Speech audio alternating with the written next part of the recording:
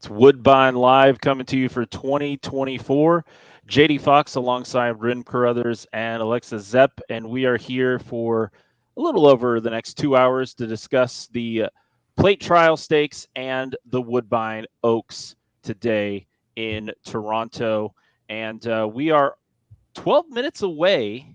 I know that seems like a long time, but not a long time. We got to talk about the Plate Trial Stakes. This, of course, being the key prep for one of the biggest races in all of North America, the King's Plate.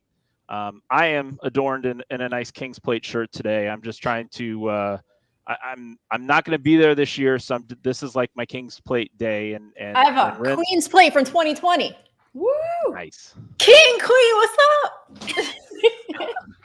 and Alexa has a DRF pin, so everything's working well. Representing. I love it.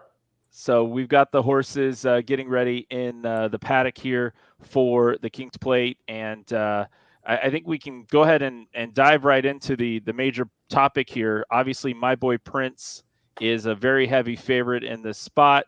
1-5 currently on the tote board, and we have a field of 7, including one filly trying this after not getting in off of the AEs into the Woodbine Oaks. Not a lot of horses around Woodbine wanted to compete against My Boy Prince, and obviously the resume, 3rd place in the Breeders' Cup Juvenile Turf last year at Santa Anita, and back-to-back wins in the King Corey and the Queenston leading up into the spot, Ren. Yeah, oh yeah, and that was a really impressive last outing. Not only did he win by open lengths, but then we saw the runner-up go ahead and put forth a big performance, winning the Grade 3 Marine Stakes. Put up an A9 buyer figure for that. Yes, he will likely go ahead out there, dominate things from the start, and take it all the way. However, I am going to try to beat him. Let's take a look back at that Queenston run first, and then we can dive into how you plan to attack beating the 1-5 favorite here. We'll try. My Boy Prince by a length. In second placing is Bubbo. Essex Serpent is finding a seam up the inside, trying to run home now. My Boy Prince left them, raced away, and there's that turn of foot into another gear, and that's the separation that shows a truly class horse. My Boy Prince raced out to lead by 6 lengths. Down the outside, no more options. Up the rails, Essex Serpent, and just teased to the wire. A beautiful winner, My Boy Prince in the Queenston. Yeah, Ren, how are you going to beat that? Well, hey, he looks really tough, but I think other people might be like-minded as I am, because I'm looking at the current odds, and I was looking to Friendly Ghost. He was 20-1 morning line odds. He's been cut down to half, currently sitting at 10-1. And the reason being, so I watched the 2 races he had. First as a 2-year-old back in November, being special weight. Had the far outside post that day. Slow pace, and he tried to close into it. And this is after going wide. So then they bring him back much later as a 3-year-old in June. And I thought this was, and I think we have the replay of it. I thought it was a really good performance. This time there was some pace assistance. This looks like a very big horse. And those 2 races were at 6 furlongs. I absolutely love the stretch out to a mile and an 1/8 for him. And he has a tremendous pedigree. He is by Outwork. He's out of Kin's Ghost by Go Zapper. She hails from the family of Salsa Bill, who won the Irish Derby against the boys back in 1990. Marjou's in there. You got Tiz a Slam, that's a millionaire, Flame Away. So really exceptional pedigree, and a really impressive looking horse to me from just an athletic look that he has to him. So if you watch the replay, and I don't know when you're going to show it, if you're going to be able to show it, but you'll see what I'm talking about in terms of just the nice momentum he has when he's coming off the turn into stretch. And again, I think he's going to relish getting to go a route of ground. I'm a benevolent host here, Ren. How about we watch the replay right now? Go for it. Summerbuck and Friendly Ghost, they're running into it. In fact, Summerbuck is coming home really well for Kazushi Kimura. Be Me got the lead as they turn from Rapid Grey, and now coming after them, Summerbuck and Friendly Ghost up the inside, and Oscar Sun the outer. Oscar Sun, Summerbuck, Rapid Grey getting into trouble, and now going to the lead, Friendly Ghost. Oscar Sun down the outside, coming on. but it is Friendly Ghost in front, and Justin Stein's going to burst away with a win. Friendly Ghost has come out to score nicely by 3.5. Make it 3 1/4. And again, that pedigree is distance all day long. So my concern, so I agree with you. I like this horse in the exotics. I think it can add some value. However, if you look at everybody who's come out of that race. Oh, see, but that's where this is where I'll disagree. But that's where I'll disagree only on that point, because I of course I care what horses have done out of a race. Of course that matters, especially when we're looking for key races, and sometimes there can be reverse key races. But I don't care about it so much when I'm just looking at a pace and a horse doing something different, whether he's getting now to go the 2 turns or whether he's trying different distance. It doesn't matter as much. It doesn't mean that I don't care about it at all, but it doesn't matter as much to me what the other horses did. Okay, that's fair. I'm concerned it might be a reverse key race, like what you mentioned. It's possible, but I do like it. I have Friendly Ghost in third. I would be singling the 5 on top. I think the way you make money in this race is through exotics, but I also like the number 2, No More Options. I think this would be my favorite underneath. I think he should be forwardly placed, has a nice late kick, hits the board pretty much every time. My boy Prince beat him that last out, like we saw, by quite a bit. And I just think he can add some value. He's stretching out from his last performance, but he's run at this distance before. So I kind of like the 2. So maybe like for me, a 5 over 2, 6. We're getting good odds, 12-1 and 10-1 on the 2 and the 6. yeah. Yeah, no more options. Third, the only time trying 9 furlongs before that was in the Coronation Futurity back November 25th. And I love how the horse looks. Not to cut you off, JD, but there goes Friendly Ghost, and he looks on point right now. Well, I was just going to say no more options going out for one of the most underrated barns in my eyes at Woodbine. That, of course, being Zelko Kretschmar.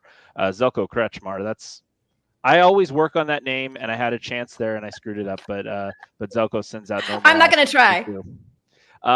So this will be my boy Prince's first time trying 2 turns on the synthetic, but has had some success on turf going 2 turns, including last year's Cup and Saucer. Let's take a look at that performance. Pontiac turning, and My Boy Prince yet to be headed as they turn in the Cup and Saucer. My Boy Prince led Arashi. Third King Rosso, Warpaint to the outside. My Boy Prince still in second gear, has not been fully extended. Now length and 3/4. Arashi's all out in second, then King Rosso. From the back, Zippy Gizmo. And inside the final furlong, how special is My Boy Prince? A majestic run, because My Boy Prince has never really been asked and has just tickled along to the wire to score effortlessly. My Boy Prince and Sahin Savachi win by 4. Could have won by a ton more.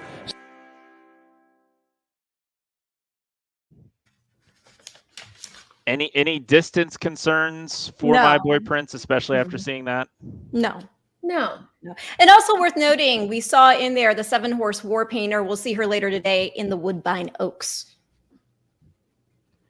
And you mentioned playing some exotics here, Alexa. This is the start of a pick 3 and a pick 6 sequence at Woodbine. 20-cent base wagers on both of those as My Boy Prince. 1 to 5 on the tote, or if you're looking at a New York-based tote, 1 to 4. So just slightly below 1 to 5, but not quite to 1 to 9 favoritism for My Boy Prince in this spot. Friendly Ghost, 11 to 1. Is that just a straight win bet at those odds for you, Ren? Yeah, sure. I mean, you could win place. I wouldn't suggest betting to show, but, but no, I mean, I like straight win bets myself. But to be honest, of course, My Boy Prince is going to be very, very tough to beat. But that's, of this field, the horse that I think could potentially do it. What do you think about 7 Raffaroo? I think he ran well. I thought he closed over a slow pace. So Raffaroo? Yes. Yeah, I mean, so in my own program, I have him ranked as the best pedigree at this distance. So I have to ask the pedigree queen. Well, no, he definitely, I wouldn't say it's the best necessarily because there's more to what you just see with Sire, Damn Sire, but on the surface of it, certainly, of course, looks that way. But, I think he's got all the right parts going for him and that he does have the pedigree for the distance. Again, closed over a slow pace. Now we're going to stretch him out to 2 turns, going 1 mile and an eighth from a 7 furlong race. If there were more pace in here, it would make it even more interesting. I think we're all going to be chasing My Boy Prince. Yeah, it's just so tough with the pace setup, with him being pretty much the lone speed is just exactly what he wants.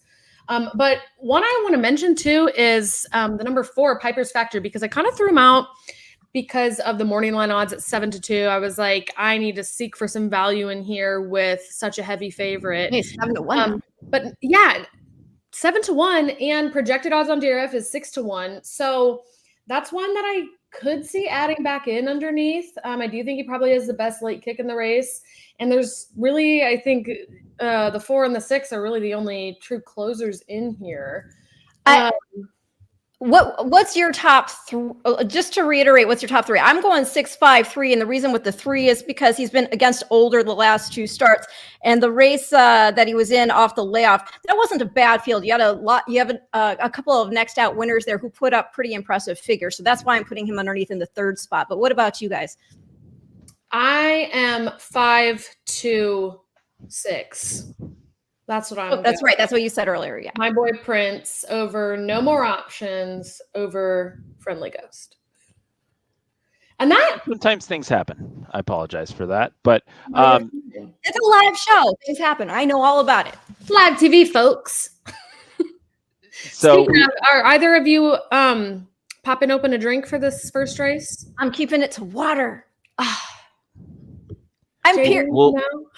We'll see how we do here with this first race. I am just playing a straight up 5-4 exacta here in this spot. Okay. Factor. I think we can see we saw a bit of a bounce last time in the Marine, but for a grade 3 race, this horse was even money and was just very flat. I mean, got to the lane, got exactly where. If Katerina Vasilyeva could have drawn up a plan for the Marine, the horse was in a perfect spot and just didn't have anything. So that was second up. Maybe a bit of a bounce from the season or the Woodbine debut win. That was also the 4th start of the form cycle, which at Woodbine, we had a lot of fresh horses running, whereas Piper's Factor did winter down at Gulfstream Park.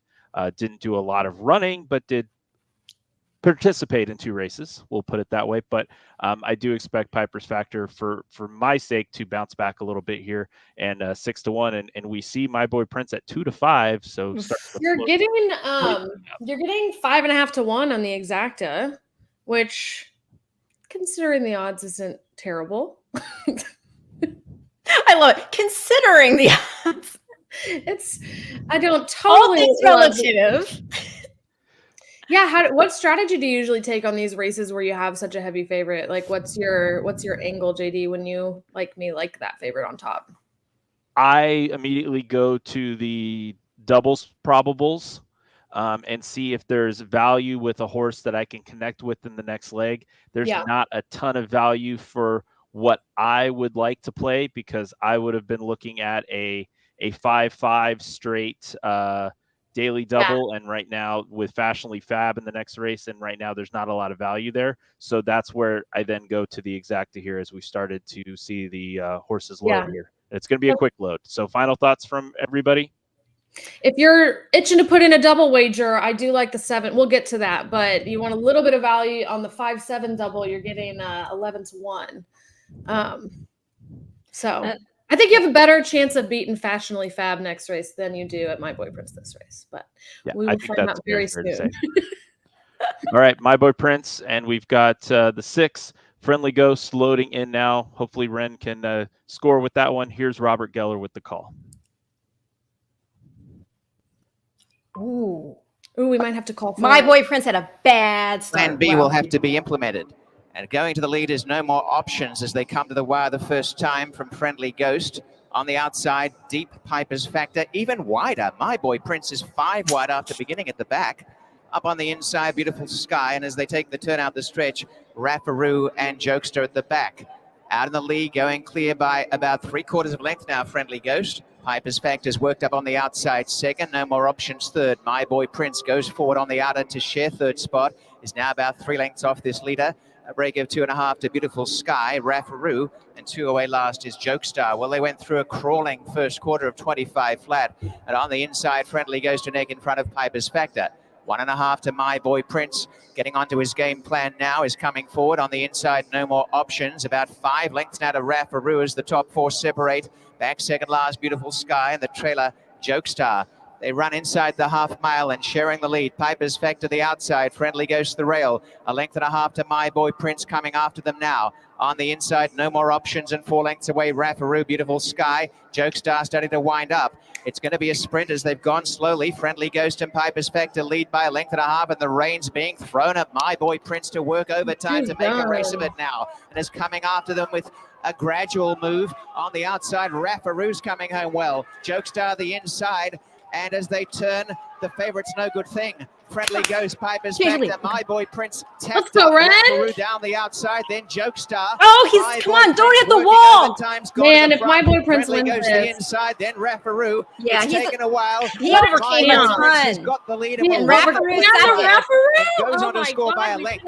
Raffaroo, a great second. Third, Friendly Ghost. Then Piper's Factor, Jokestar, No More we Options. talked about him. Both of us.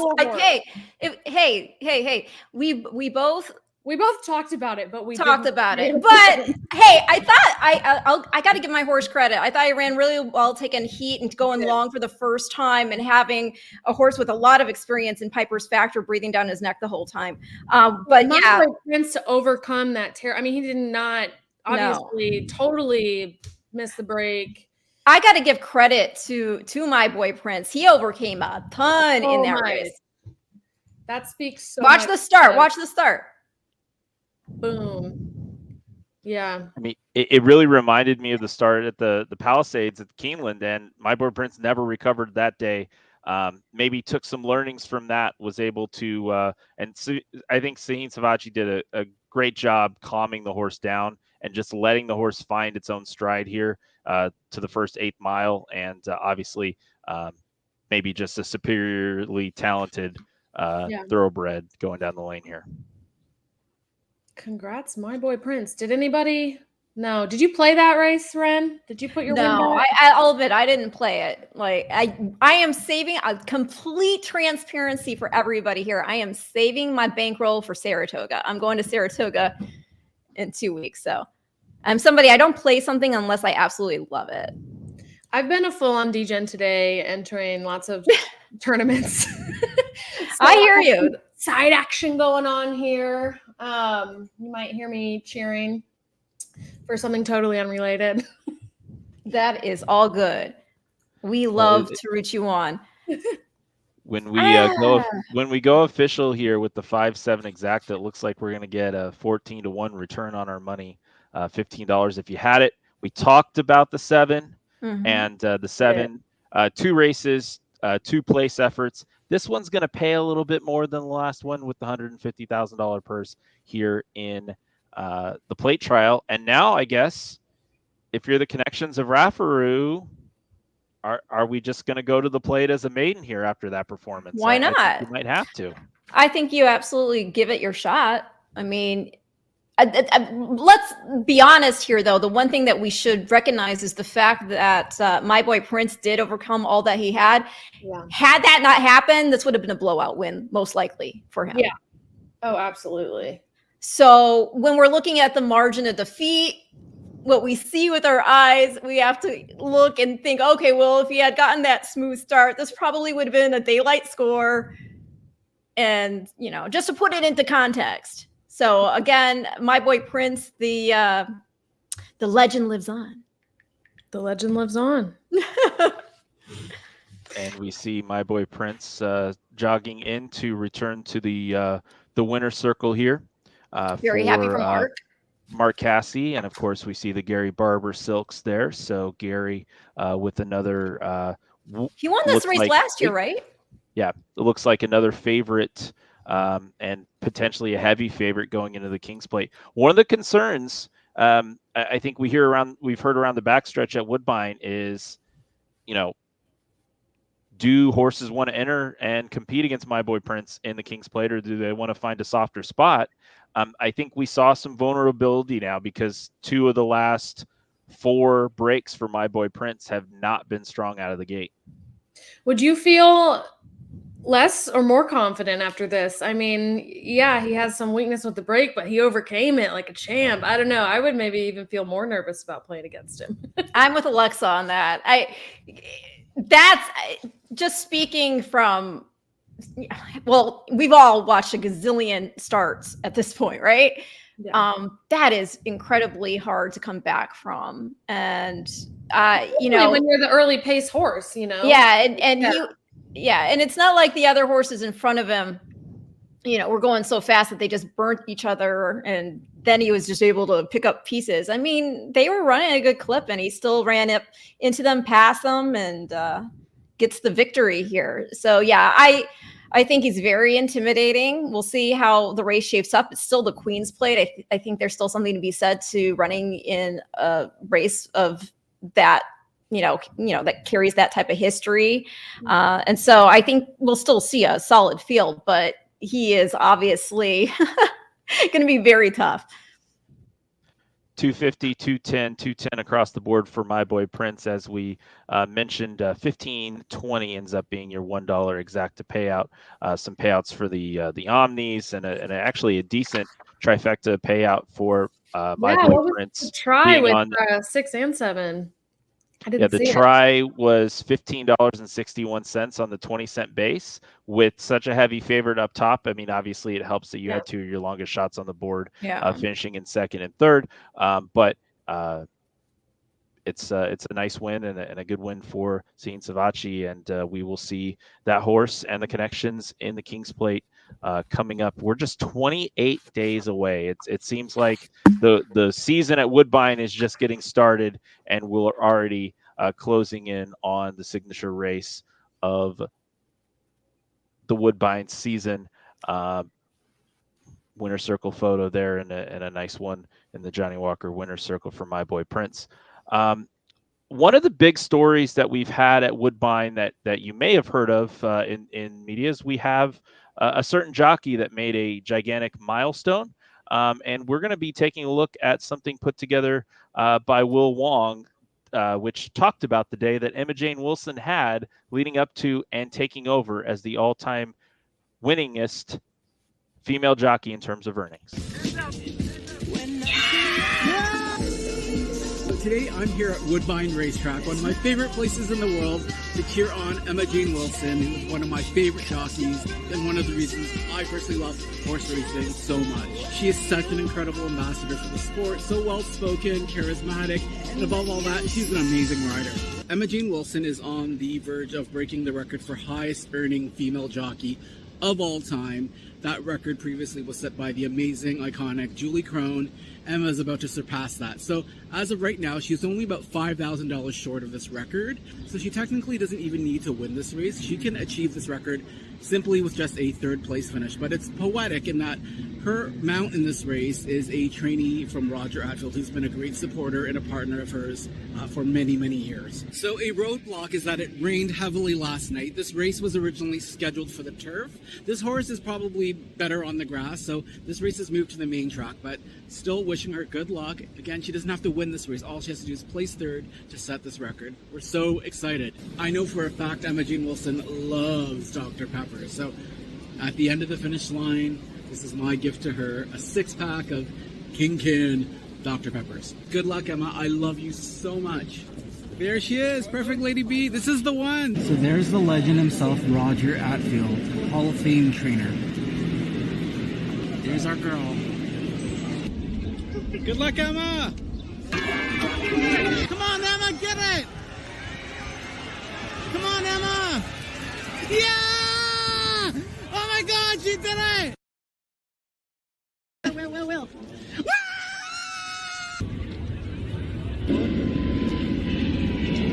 Congratulations, Roger! Way to go. High five. Give me a high five. You got it? Yeah!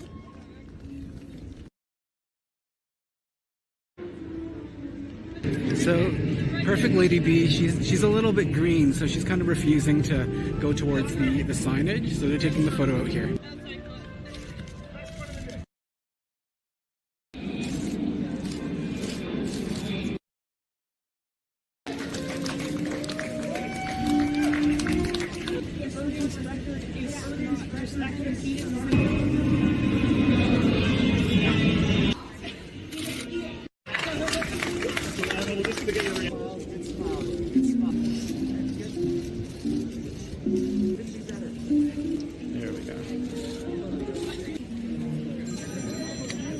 Take a selfie with me, champ. I love you, Emma. Congratulations.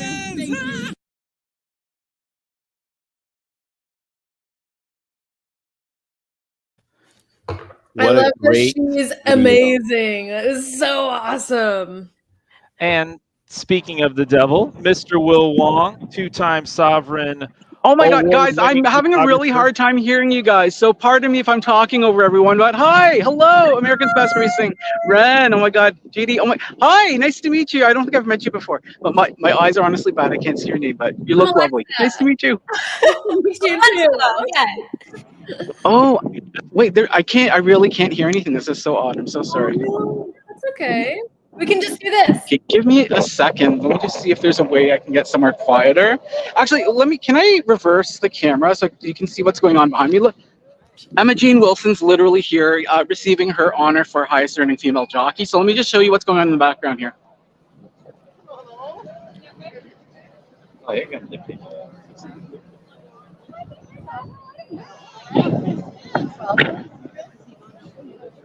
Oh, Emma. That's fantastic. Give me a second here. Sorry. All right. Such an incredible thing for women in horse racing. Ren, you probably know this, JD. I don't know. Like, I'm a part of the Horse Racing Women's Summit where we try to help women get engaged and invested in the sport. And like, women are just making such huge moves lately. No, Emma. We've got Jessica Paquette, the first announcer.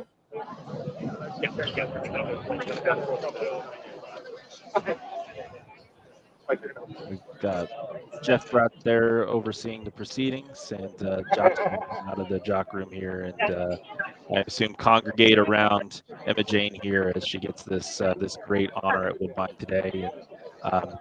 And if you're just tuning in, we just saw a great story from Will about the day where Emma Jane broke the earnings record. You can find that on his YouTube channel. If you just search for Mr. Will Wong on YouTube, you will find him. And we see a nice plaque there that they are presenting on E.P. Taylor to Emma Jane Wilson, and the proceedings taking place here. Just a cool moment when it happened, and it's great to see the recognition in this circumstance.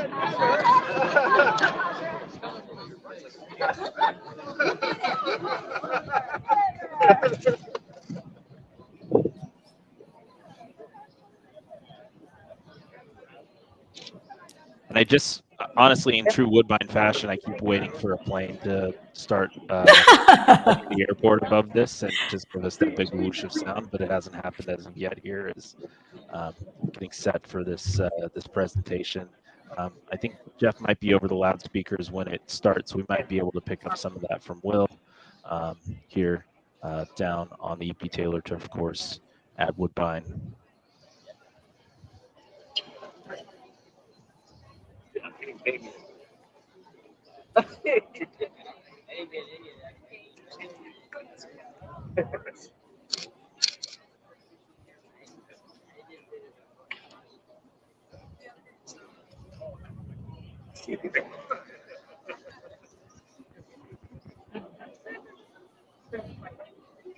All right, again, we're watching Emma Jane Wilson live at Woodbine being honored. Will, appreciate it. Thank you as he dips out here, and we've got to get back to that. Hi, sorry for the extreme close-up of me. I'm sure nobody wanted to see that. JD Thoughts, Ren Carothers, DRS, Alexa Zepp. That's just a cool moment and such a cool story. And you were mentioning, Alexa, some of the, how it's becoming a big opportunity and a big time for women to really get involved in the industry and have some positions that are very much up in front and at the top of the industry. Really. Yeah, we really are seeing so many more women coming into roles that are typically male dominated. Like obviously a jockey role is very male dominated part of the sport. Same with announcers with Jessica Paquette. We have lots of female handicappers like me and Ren. Woo! Yeah, so it's just really great. And the more I'm around women and a part of this, like, honestly, movement with the Women's Summit, I just see so many women who want to get involved, want to understand, like, every aspect of the sport better, even handicapping, how to read the form, how to, just be involved in every way. And so it's really great because I think long-term for the sport, we need women. So. We just need people who love the sport. So Emma's riding Tito's Calling in this race. You guys, 20-1 on the morning line. Any shot? No. Well, I'm glad you gave some transition because I was like, okay, we're talking about female empowerment and racing, and here's Dan Tordjman. She'll be. Dan. Hi, Dan. What's up, fam? How we doing? We're going. Good, it's happening. Good. You hear me all right? I'm trying these earbuds and I don't know. Like, you hear me? I hear you, but it looks like there's a disconnect between your mouth and your voice, at least for me. No, there's a delay. Yes. I'm on this webcam thing that's delayed. So look, let's just power through. I don't care. Do you care? I don't really care. No. I don't know. I know JD cares. He's Mr. Technical. So because I know, well, at least I'm not having the issues Will was having. What the hell was that? Come on, Will. He just said in the chat, he'll be back in a few. All right. So he might join us again if he figures his audio out. All right. Let me see. Maybe I should hop off too. Let me hop off. I'm going to change cameras. Let me hop off and then I'll hop back on. All right. Okay. Sorry. Bye. Well, in the meantime, here's what I was going to say. Maybe Emma will be riding such a wave of good feelings and emotion that she can overcome being on a long shot. You never know. Okay, Tito's Calling is coming off of a win. Yes. And tends to hit the board. Has hit the board 10 out of 17 starts. I still just don't think there's quite enough here to compete at this level, but what do you like? I like Rotown. I think she can wire here, potentially. Okay, I like Rotown. You think that she can wire it? Well, maybe she doesn't need to do. She doesn't need the lead. She doesn't need the lead. Like, she has speed, but she can rate. I don't think she needs it. My notes say has to wire to win it. See, I don't think she will get the lead. I do think she'll get the pace set up that she wants. I don't necessarily think.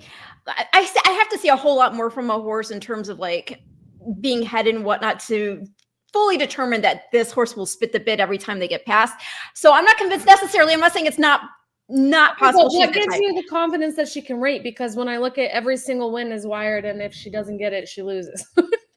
Well, only because we've seen her come from off the pace before. I mean, not off the pace, but from sitting second back on January 26th. Back on January 26th in the 50 starter allowance. So she sat about a half length off and then pounced. So I think she can rate.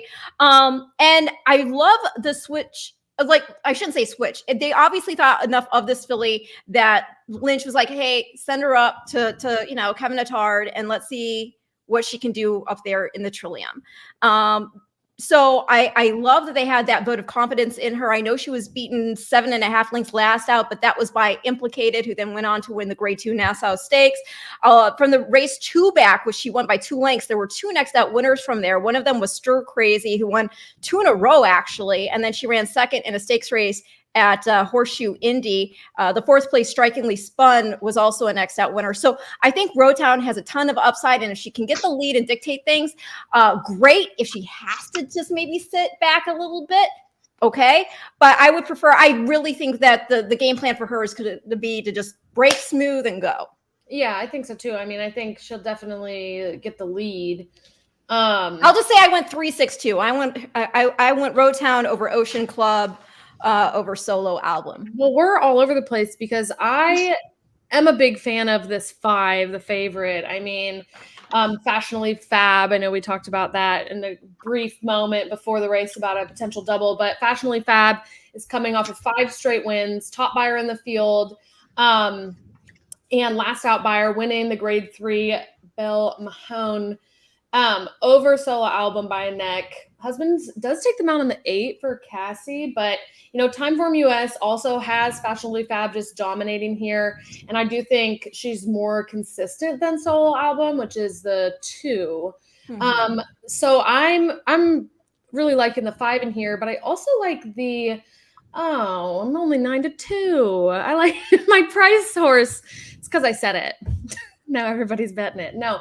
This Batucada, the 7, morning line 8-1, going off, or right now 9-2, but also coming off 2 wins. I do think she was aided some by the fast early pace in the powder break last out, but still really surged impressively and won by a dominant 8 1/4 lengths under a hand ride before. So I think she has tactical speed because she's wired the field and come from off the pace. And I just feel like we might be seeing a 4-year-old like peaking. So I don't know. Hi, Dan, you're back. Dan? Can I say how wonderful you all look? I know Will mentioned it, but you all look great. You look incredible. Stop. You really do. That's what I've got. JD, I can't even tell you how odd this is for me. Like, as a control freak, giving it all up here to you, but the show looks great. I don't know what I'm worried about. Like, and I was here I was like, but no, I knew I was gonna be a little late today, so I did not handicap this race. So I'm listening intently to your tips here. In the Trillium, I do have some thoughts on the Canot Cup. I want to bet on every horse. That's my pick there. And then the Woodbine Oaks, I've actually got a couple of really strong opinions. I'm excited to get to that. I see Will just joined us. Will, do you hear us now? Yes, perfect. Oh my gosh, a lot of action going on back here. Emma Jane Wilson just getting her plaque for highest earning female jockey. I don't know. I was trying to show you what was going on in the background. I don't know if you could see or not, but apologies for the technical issues. Say hi to Sandy Hawley. Great to see you, legend. Say hi to America's Best Racing. I love Sandy. Hi, America's Great Racing. Oh, they're so excited to see you. Good to see you. I love Sandy. Karu. Welcome to my life. This is so exciting. It's like Halloween every day I come here. It's always a treat. Hold on, let me get somewhere more quiet. Woo! That was loud. Yeah. Okay. Yes, okay, this is quiet. Okay, we're good. Nice and quiet shade. This is good. How are you guys? Thank you for being so patient. And thanks for showing us for receiving the award. That was really cool to see. Oh, of course. I mean, yeah, like Emma Jane Wilson has always been one of my favorite riders. It's just like I made sure it's tough for me to get here during the week. I got various work things going on, but I made sure I made a point of getting down here, getting my butt down here to see her accomplish her. Oh my gosh, she just actually walked right by. And anyways, she's got to run because she's got to ride the next race. But Emma Jane Wilson, she's iconic. What she's done for the sport. Actually, she made me. There was a period where I sort of like. I was focusing on my studies and stuff. I wasn't able to, come out to the races as much. But she's one of the reasons I came back out, and I'm so thankful for it. She's just opened, my world to all these amazing possibilities, meeting all these wonderful people, seeing these amazing moments. So I owe a lot to her. Will, you mentioned Emma riding in the Trillium. She's actually riding in all 4 of these stakes races that we're streaming. Right. And I don't know, like I sort of feel like, a little offended. She didn't reply to my DMs. I slid in her DMs last night. I was like, you join our live show. No response. Give me 1 second. It is super loud here. Let me get down to the tunnel. 1 second. I'm kidding, folks, by the way. I'm not offended at all. Emma Jane Wilson is a rock star. Will, you getting us at all? Oh, wait. Who's behind you? Okay, let's go again. So sorry, Dan. All good. Look behind you, by the way. Who's behind you? He can't hear it. Let me get somewhere even more quiet. This is useless. This is useless. What are we doing here, folks? It's always chaotic at the track. How cool was that, though? There was Sandy and Carew. They are amazing. I love them. I get to host the Q&A sessions with Sandy and at Derby year after year. He and she are just incredible. So I got all giddy when I got to see them there. You're fangirling. I know. Well, I mean, just when you look at that record, I mean, that man is in so many Hall of Fames. It's ridiculous. I can't even think of how many, but it's an absurd amount of Hall of Fame inductions that he has had. That's awesome. Canadian and U.S. So what's going on? Dan, are you? Is it now? Is JD messed up or is JD good? Is JD's audio messed up or that was me? I think you were messed up for a minute. I heard everyone messed up for a minute, so I think the frequency from the. Oh my god! Like this has just been a week for tech, right? Oh. I mean, the That's whole what it world is. has been struggling technically, so There, you we'll can just blame it on that. That's fair. I think Will's making another attempt to jump back in. Yes. Trying, JD. Oh my There gosh, he thank is. you guys. You're right. I was listening to what you were saying. What a week for tech, and that was a perfect example live for everyone to see. But I can hear you loud and clear now. Thank you for being so patient. Oh my gosh, how embarrassing. Well, Yeah, you- it's a live Where show. are you now? Where are you?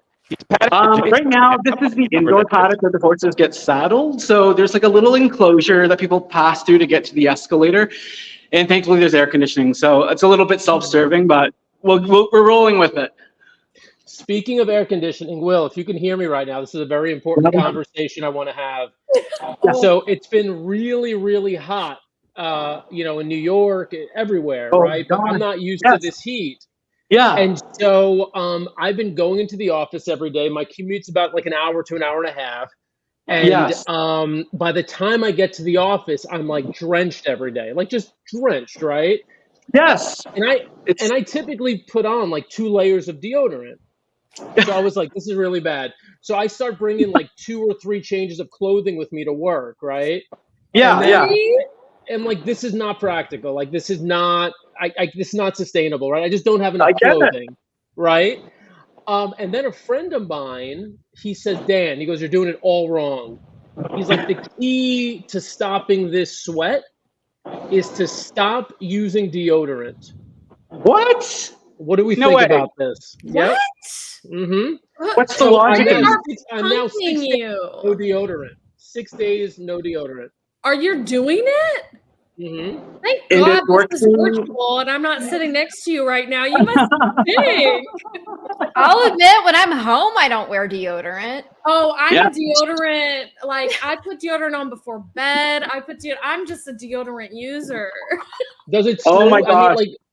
I don't know. Will, what's your take on this? Okay, this is really like maybe too revealing, but I don't actually use soap when I shower because I find it dries out my skin, and I think that's very controversial because I grew up most of my life using soap. Then one day I'm like, you know what? It's drying out my skin. This can't be good. So I've stopped using it. So maybe au naturel is the way to go because I don't stink, and I've never gone complain unless people are just being nice, but. Yeah, I'm kind of like of the mindset unscented. I'm huge on unscented things. I'm super sensitive to odors. So, but coming from the guy that loves coming to the track and smelling horse manure. But anyways, that's another story in itself. But yeah, I'm kind of like of the mindset, like, unscented. Even like fabric softeners, I go unscented. I'm of that mindset. So maybe Dan's onto something. It's like a new beauty trend. Who knows? I just try not to wear deodorant unless I'm going out someplace because the aluminum in it can cause, they say, potentially breast cancer and stuff. So I try not to put deodorant. God, yeah. True. So and I've been trying to find a natural one, but I haven't found something that. Yeah. I tried the natural ones because I don't want to die early from everything we're putting on our bodies. Yeah, I'd rather stink than die early. Like it's a good trade-off. So. No, not me. Wait, Dan, do you smell? Are people avoiding you in the office? Like I think I smell a little more than I did before. but like it's not like putrid, right? It's not like completely like, oh my You know god, what he's doing? He's taking. You see that bottle of bourbon? He takes it on a piece of napkin and that alcohol all the smell right off. It's about the only thing I haven't tried. Like this heat has just been like oppressive. It's just been awful. Yeah. So, JD, like I don't want to Agreed. leave you out of this conversation. Where do you stand on this? JD doesn't have odor issues, so. Well, first of all, is my mic working again? I guess It is. number You're one. good. You're bad. Okay, so whatever makes me fashionably fab is what it's about, Dan. There we go. I love that. I see the Perfect reference segue. there.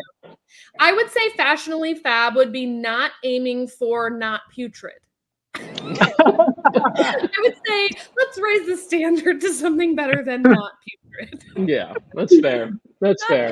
Yeah. Okay, Dan. My outfit at Breeders' Cup that you liked last year, was that fashionably fab? Oh yeah, it was fire. It was beautiful. It was great. It was absolutely fashionably fab. What was it? Oh, it's pink coat. You always go pink coat. Love it. You don't have a photo standing by, knowing you? I'm surprised you don't have the photo ready to. Yeah, he's like, give me 13 seconds. Will, do you choose the orange? Is that your color? No, that's a smock. Oh, of course. That's so flattering. No, this is like it's my worst nightmare. Like us media, because I do photography here at the track, which goes on social media. It's sort of on big race. Like generally, no. Like every other weekend, I'm cool. Like I can wear whatever I want. But big race days, as today, like when we have actual camera crews from TV stations here, to sort of to mark us and differentiate us, they just have us wear these very sexy orange vests. For people, Totally so yeah, color. today in King's Plate are the only days I have to wear them. Is this fashionably fab? Oh yeah, you said something about Halloween, and I was like, he's killing it. It's Halloween week. You could direct traffic later. Yeah, I like that idea. Earn a few extra bucks. Why not? So who do we like in this race? This is what we're onto the Trillium. They're heading. Obviously the race is a bit delayed because of the presentation, but they're all heading onto the track now. And fashionably fab, I think. I'm getting that vibe. We're big fans. I'm so wowed at currently 7-2.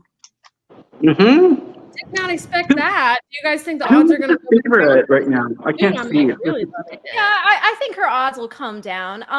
Yeah. I'm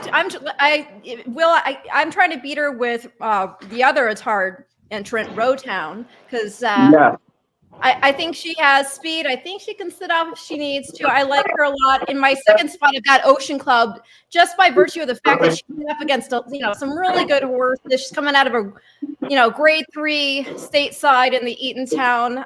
Jack Sisterson, he's such a good trainer and he spots his horses incredibly well. Yes. So I think she has she a big looks gorgeous. She's just passing by us right now. What a blaze! I'm a fan of a good blaze. Same. Both Alexa and I think that Safi Joseph is shipping up here with some meeting with Batacuda. What is this horse's name? Batacuda?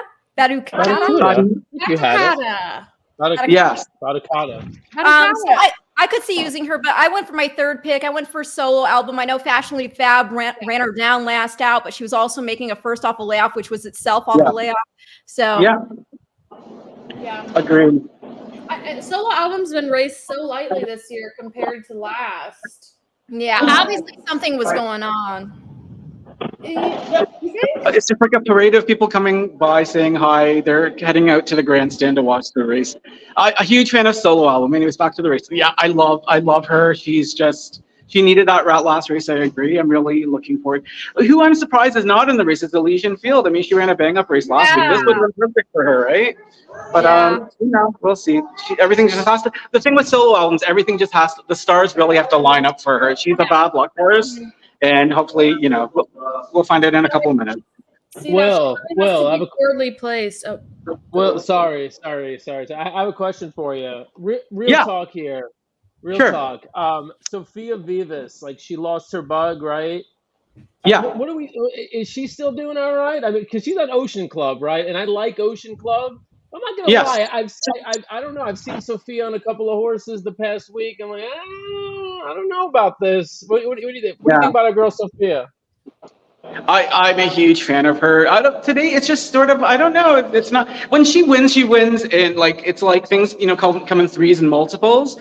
For her, it's just when she has days, they are exceptional. But when it doesn't happen, it doesn't. I'm a huge fan of her, regardless. But I don't know. It's sort of like we're on to what, race 6, 7 now by now. If things were sort of lining up, they would have, just based on historically, I normally see her win a few races, leading up to that. So I don't know. So I was going to say, real quick, regarding Ocean Club, we have an update. We have an update. So Ocean Club, again, coming out of the Eatontown, in which she finished 5th, beating 2 3/4 lengths. Well, the 4th place finisher that day, Sacred Wish, she just got beat a neck today to Boutte Cachet in the grade 3. I had to do it. The grade 3 matchmaker. Wow, that's a frame of reference there. My gosh, that's a tough That horse. was an exciting race too. That was. And once again, Boutte Cachet walked in that race. Like walked, I think, did like 3/4 and 1:15 or something. It was like a joke. Oh, wow. Yeah. I mean, what was it? Let me see here. I'm looking at the fractions now. They were slow. Yeah. 50 and 3. Yeah. 50, oh my goodness. 1:15, right? 1:15, or did I make that up? No. You did not make that up. 1:15 and 1. Crazy. Wild. Crazy. Will, we got to let you get back to work. I mean, who do you like in the big race today? You like anything in the Oaks? This is the most wide open Oaks I've seen I recall in many years. Off the top of my head, my girl Stella, she's sort of shaping up into the race. Really, really nice. Patrick Husband, and she'll probably be forwardly placed. And I like that Patrick Husbands does know how to win this race. I'm rooting for Emma, of course. I really like War Painter. She's also, shaping up nicely to the race. I'm so curious about Badia. I've been sort of just watching. She's an excellent frame of reference, just finishing not too far behind, some of the top fillies in her division in the States, like Torpedo Anna. I mean, that would, and on any day would be good enough to beat these. But of course, this is a very tricky surface. It remains to be seen how she's going to handle it. It's wide open. But I wouldn't be surprised if it was War Painter or my girl Stella, but also the one that Sophia's on, the Chief Switch filly. She looks like she's coming to this race really well. Josie Carroll. Concerto. Yeah, King's Concerto, the 4-horse. Nice. Those are some helpful opinions. What do you think about Bravo Kate? I'm excited about Bravo Kate. Oh, for sure. She's a dark horse. She could definitely get. You know what, Dan? I trust whatever your opinion is. Last year, remember I placed that bet on Elysian Field for you, and you won huge. And I went and cashed your ticket and handed over a whole lot of cash. Just do whatever Dan says. That's my handicapping. That's the rule lot. All right, my agent and representative Will Wong here. Thank you. Unless he's making a bet out of spite. In that case, do not do what Dan does, because I've seen it happen, and not pretty. When Dan goes on tilt, scary moment. Right, we're gonna get into some hate betting here in a minute. Will, thank you, man. Appreciate it. We know it's been tough out there with the tech, so thank you. Yes. Thanks for being so patient. I'm glad we got to chat, and hopefully I see you guys again soon. If not Saratoga here, wherever. Oh, you know this. You know this face. Hello. We're on a live stream right now. Lindsay. Hey.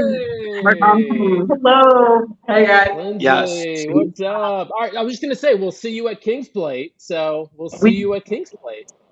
We will see you on King's Plate. We're excited to have you back live, and we're looking for a great day of racing.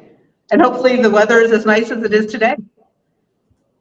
Awesome. Hopefully not that warm, because as we just discussed, I cannot deal with extreme heat. So hopefully. Yeah, me too. I will confirm if Dan smells on King's Plate Day, because it won't be hotter than it is ever. Okay? I'll send the note back, so I'll confirm. All right, thanks, guys. Lovely chatting with you. You better wear deodorant. I will. Oh, he's so cool. I never met him before. Oh, he's the Trevor best. Dixie looks really nice right now, I will say. She looks very nice and content out there. We haven't talked about her at all. I think she has a shot. I mean, she's coming out of the Nassau. She was before lengths. You had Fedrover in there on top of Implicated. And the ground was listed as good that day. Now we're heading back and getting on the synthetic. And I why not?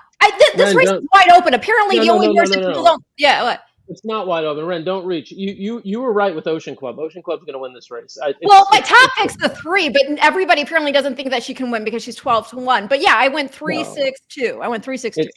It's Ocean Club. JD, who do you like? I haven't heard your opinion on this race.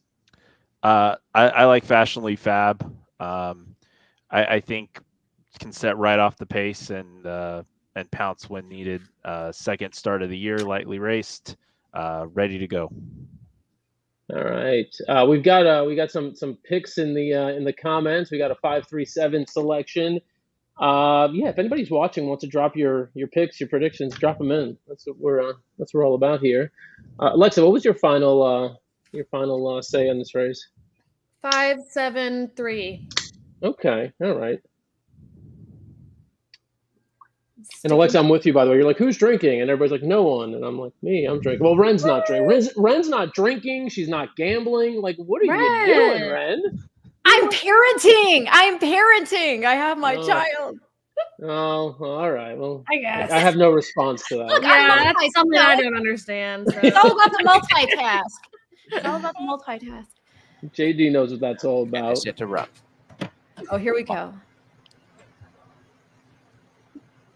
Off their race. Oh, my horse Tito's blew the falling off the brake. start, and second last out was Roadtown going out in front of the center. Blew the Ocean brake. Club from Fashionably And I Fab don't on the inside. my Stella boyfriend. I do not think Carter she's on the my extreme boyfriend. outside, So. just flanked off We'll this see. leader as they You're almost You're three in the fine. line as You're they take the good. turn. Fashionably Fab dips into fourth. Keep the faith. A length and a half away, Roadtown, 3.5 to Forever Dixie, second last. The early trailer is Tito's Calling as Come Solo on, Album Ocean Club. has pushed up on the Wire. inside to share the lead with Ocean Club. A length and a half Dan's away, already third. had an Roadtown going opportunity. forward, wants to Look race around. on, is now a little bit Brank over on the inside, settling Look at better Batu as Carter Batu up Carter there. goes to third. A length and a Oh, half, great. Fashionably Fab cruising along behind them. A couple away, making some ground. Tito's Calling and Forever Dixie pushing up I on the like Roadtown, inside. where Roadtown's On at the rail right in now. front, Solo Album just ahead. Ocean Club second, one to Batu Carter. Roadtown is fourth. A length away is Fashionably Fab. Forever Dixie on the inside as they bunch up. And last Come of on, all remains Sophia, Tito's prove me Calling. wrong. Only 4.5 covers the entire field. The half mile was 49-1. Solo Album on top, Ocean Club second, third Batu Carter. Roadtown is fourth. A length away, Fashionably Fab, starting to edge into it nicely. A length and a half away is second last, Forever Dixie and the trailer Tito's Calling. On the inside, Solo Album, tightening the screws on the leader is Ocean Club. A length and a half, Batu Carter. Fashionably Fab is off and running, and Wow. here comes Fashionably Fab, three wide. And as they wheel for home, it's in the center, Ocean Club. The inside, Solo Album at their girth. Come on, Ocean Club. Fashionably Fab on the outside, Come a on, line of Fashionably three. Fab! Down the lane, though, Straighten Solo up Album with in the stick. front. Solo Oh. Album the leader in second, Ocean Club, and now All Fashionably hanging. Fab is balancing up on the outside, trying Good to Lord. fling home, and running home is Forever Dixie behind Solo Come on, Album. It Fashionably is still on the Fab! inside, Solo Album, Forever Dixie chipping away at the wire. Solo Album has won it. Wow. From Forever Dixie and Fashionably Fab, and then came Ocean Club and Roadtown. Fashionably Fab 1:43.90. lost his momentum in the stretch there. I just, that's what I was saying about Solo Album earlier. I think she needed a race. And that's why Fashionably Fab, I was able to get to her that day, but she nearly got to her again. But Forever Dixie, did she run well? Boom, she got second. Mm-hmm. She was looking great out there. She looked very happy and content with herself. I mean, that was one of those ones where sometimes you look on the paper. I usually, when I'm handicapping, once I'm done, looking at that, something really needs to stand out in terms of what I'm seeing in the flesh for me to alter a bet, change a bet, add a horse, take a horse off. She looked really nice out there. And she did have an excuse too back. I don't know if you guys watched the start of that race before, where she hopped out of the gate, where she faced some of these others. So that was a really nice run from her. The 5 would just not change her lead. She wouldn't there until right there. Yeah. That was a huge Same thing happened in the Bison City last year, which is the last race this horse lost and won 5 in a row, did not switch leads in the lane until the very last second and just.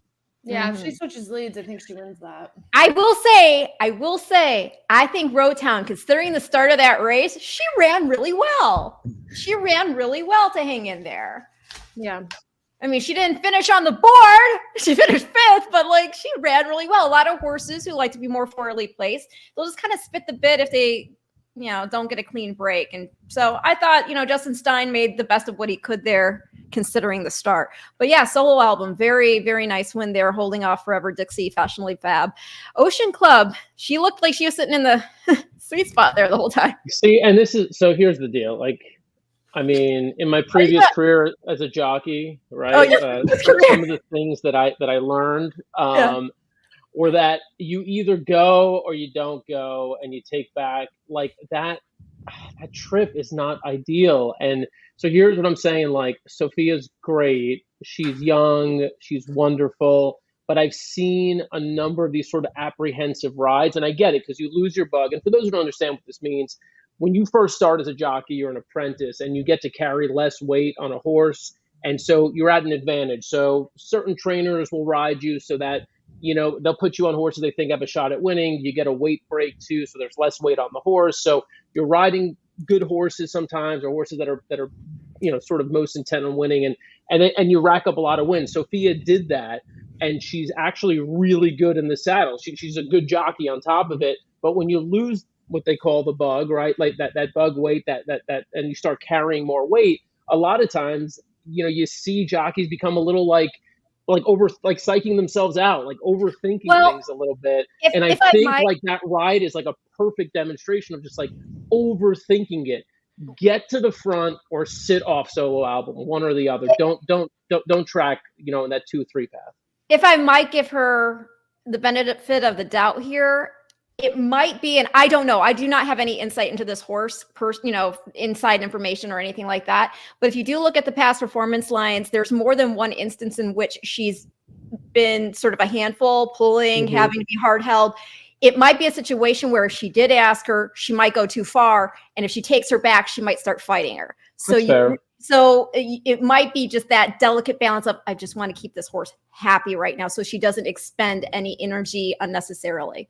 That's fair. Look, we're not on the horse, so we don't know, right? Very, very possible that was the case, but just a little bit of an observation. I brought it up with Will only because it's something I've noticed in some of the races I've seen. There just seems to be a little overthinking happening, and she's good. She's naturally gifted. Like, I think it's going to be, and she has those days where she still wins, 2, 3, 4 races. But it does make me apprehensive going into these last couple of races. Utilizing her because I don't see any standouts, and I think in a lot of these races, the jockeys, the upcoming races, which are the Canot Cup, which is race 8 here coming up in about 25-30 minutes, and the Woodbine Oaks, the jockeys may make a difference because these horses look pretty closely matched. So that's kind of where I'm at. Well, I will say Will's got to be happy. He was talking about how much of a fan he is of solo albums, so very cool for him.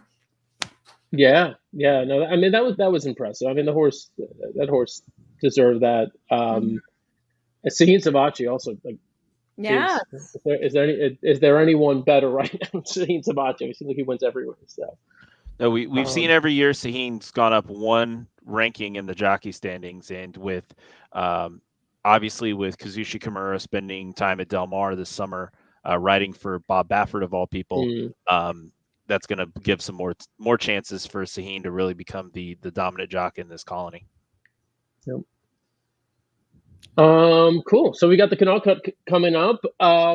This race was tough. This next race. I mean, I don't know. I went Ironstone. Bottom line, I'll keep it simple for you on this one. I went Ironstone simply for the fact of cutting back from the mile into the 7 furlongs after doing 2 sprints at 5.5 and 6, where he's coming on. I love the way he's been coming on, and now I love that we're cutting back. And so basically, that's the end, the beginning and the end of it for why I like him. I also do like the 8 Saratoga Flash. In the Highlander, which was a first off the layoff, grade 2 Highlander, give it some props for the designation. If you watch the start of that race, he was ping-ponged around out of there. It was legit. It says bump, legit bump. So speaking of that horse, now that I fired shots at a jockey, let me take some shots at a trainer. Sappy Joseph Jr. is 0 for 15, I believe, at the meet. Yeah. He just cannot win a race at Woodbine. So I keep wanting to call that horse Barracuda, Barracuda, but it's not. But yeah, she showed a little run there, and then she kind of call the horse whatever you want. Barracuda and Saratoga Flash, like, I don't know. Like, Sappy's just not winning. I mean, he's 0 for 15 at Woodbine. I mean, like, I can't get behind that. I mean, I don't support that. Well, I'm going All right. Ironstone on top, so don't worry about that. Oh no, good. I'm with you. Underneath. I'm with you on Well, Ironstone. Ren, so. did you want to look at that start for Saratoga Flash? Sure. Show the people why they might want to use him underneath. Okay. Well, we can see right here in the 4. Yep. Boom, boom, sideways. Oh, boom. okay. I'm a little more interested. Okay, that's something. Yeah, you know. I'm glad you told us that stat, Dan, because I faded Saratoga Flash, even though I thought there was a lot of upside, just price-wise, because I think there's so much that can happen in this race. And I was like, you know what? I can't pick them all. And Yeah, I can't wait to see the board. I'm actually that was my take on this. I like Ironstone. Yeah, I want to see the what we're getting with these horses, because I liked Ironstone a little bit too. I think there's a case to be made. I thought Capture the Lion had a lot of upside as well, but yeah, I'm looking forward to seeing these odds. It looks like we have a guest waiting, so I'll let. Yeah, sorry, JD, if you're ready. Well, I was going to try to introduce her, but we've got one of the great Woodbine handicapper, Sherry Riddick, joining us now. Sherry. And let me make this look better. Hi. How are you guys? Good. You found a quiet nook. I did, but the track is like right behind me. Oh my goodness. So I am on site, and I did get to see that thrilling finish in the Trillium. Yeah. Live. Woo! I thought you were home today. I thought you had an equestrian competition. Not me. No. Well, not you, but still, I thought you were at one. I thought you were just running home to, I didn't know you were going to make it to the track. Oh yeah. So Sienna actually has been doing some competing, and she rode this morning in the meter 10s at 10 o'clock. So we left the house at 8. Went out to the equestrian park. I packed all my stuff with me. My husband came and took her home, and I jumped in the car, came here, cleaned up, and voila, here I am. That's the life of a mom. Very good. Good stuff. How is Sienna, by the way? We haven't seen her in a little while. Doing all right? She's amazing. She's going into grade 12. Wow. And she just turned 17. Oh my God. I know. She's not the little kid you remember, like chowing down on all the candy and stuff. And she's way taller than me, so. Really? Wow. Yeah, that makes me feel even older than I am. So that's awesome though. So she gave us a big pick one year with Town Cruise too. That's right. I was actually just going to mention that, and that's still her claim to fame, because whenever I'm talking to our team about the racetrack, because the disciplines sometimes don't necessarily really know a lot about each other, so I'm trying to do a little bit more exposure with the girls, and that's always Sienna's. I picked Town Cruise on Danamis' show. So every time I bring it up, that's like, I like it though, that's like one of the cool memories that she has. And we just happened to see Dan about 5 times that year at Arlington and Saratoga and Woodbine, and it was crazy. But fun. That's awesome. That's really awesome. Well, I mean, is she still handicapping? She's got any picks in these upcoming races or what? You know what? She's been too busy riding these days, and she's actually doing summer school, and so she knows when mom's doing her work to leave her alone. All right. Well, then what did you come up with? For which one? For the Canot Cup. You know what? I really tried to think outside of the box a bit, but Flag of Honor, I just can't really get past at this point. Really should almost be undefeated here. You know, it shows up every single time. And I know it's a little bit deceiving because he hasn't run on the turf yet. I think he's going to love it though. Like, I think he's going to completely, it's different than what he raced over in Australia. Like the turf, actually, we got a lot of rain, as I'm sure everybody saw all the flooding stuff that we had last weekend. I think the turf is completely fine. And I think he's going to relish it. And I think we're going to actually see a very different horse over the turf that we saw. I'm actually quite excited about it.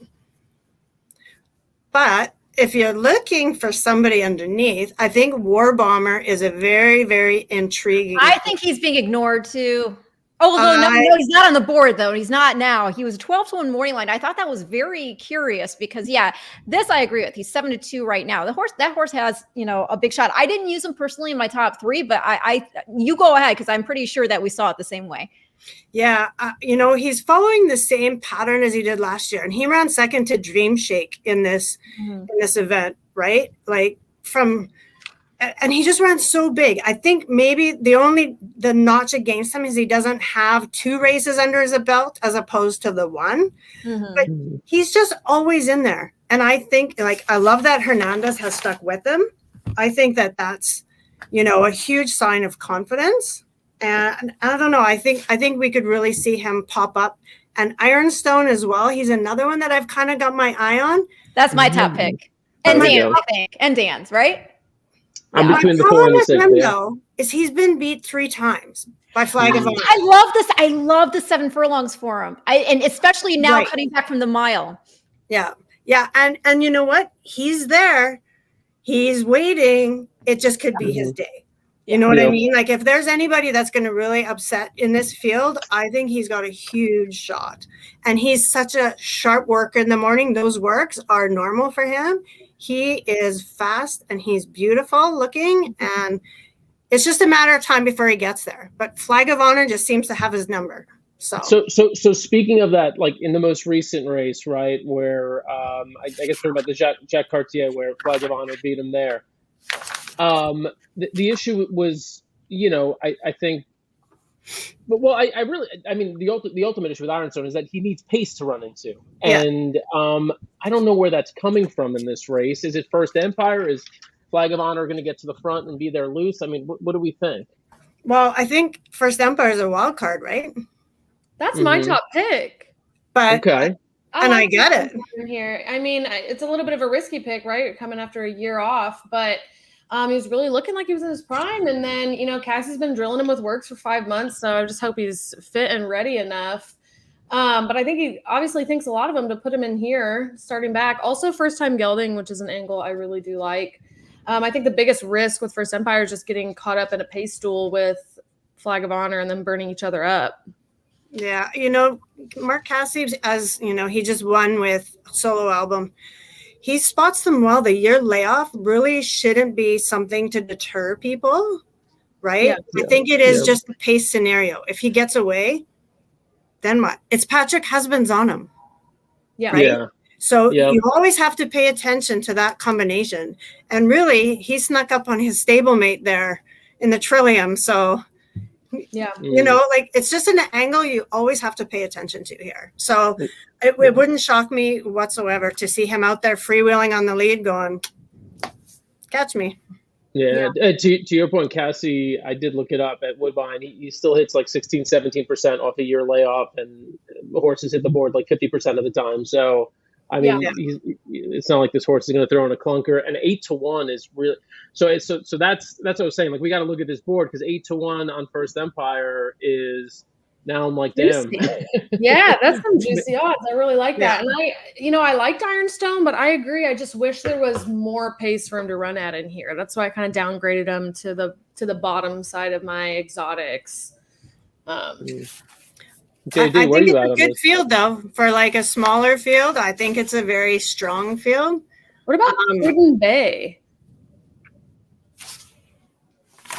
I think the number 2 is interesting. I mean, it's a 7-wide rally. I'm wondering, do we have a horse who needed all that time off and is now ready to roll?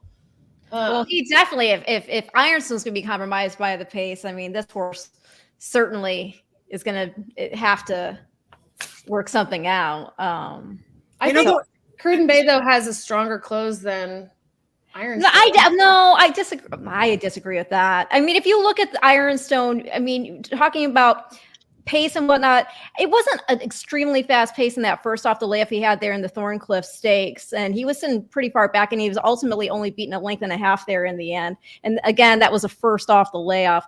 And making a trainer change back to Armada, I don't see as big a problem for it, personally.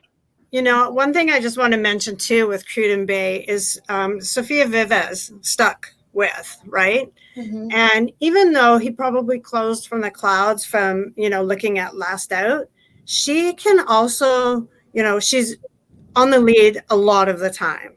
So I won't be surprised to see Cruden Bay a little bit closer than perhaps he was last out, especially if there doesn't look to be a lot of pace on paper.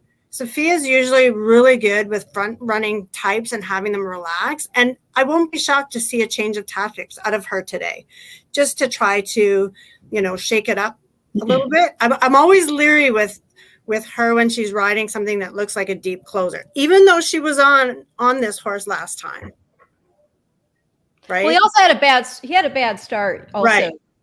Yeah. And that certainly didn't help anything. An outside post and a bad start. But I just think, this is a big step up, second time off the bench. Yeah. There he is. So, look how pretty this horse is.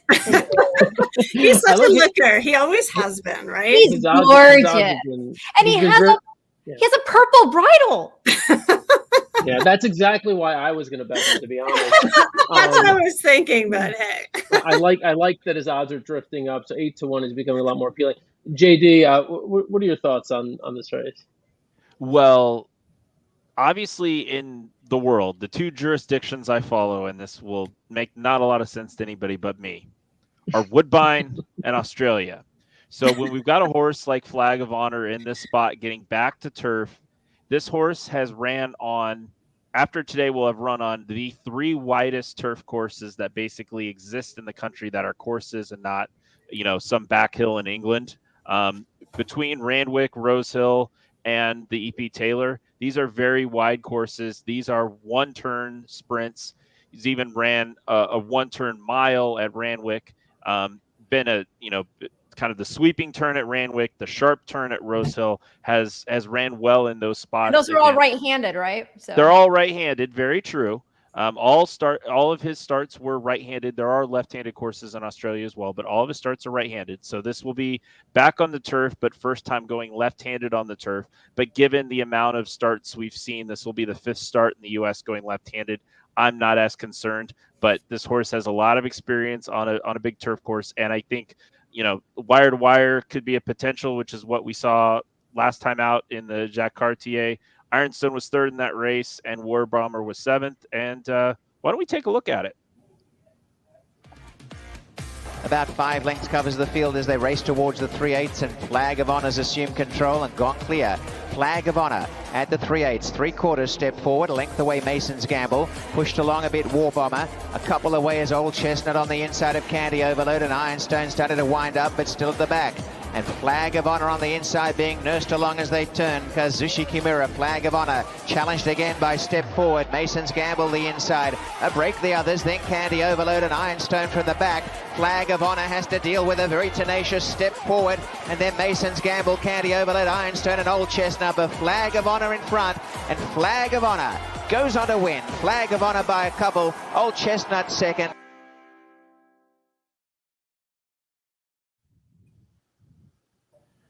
Flag of Honor got faster every panel there.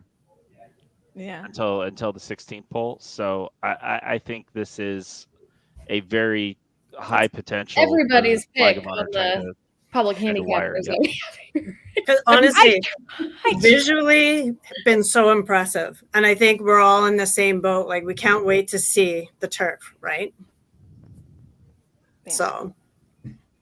No, I mean, it's hard for me to go against an American Pharoah. I just can't take the 2-1. Of course, yeah.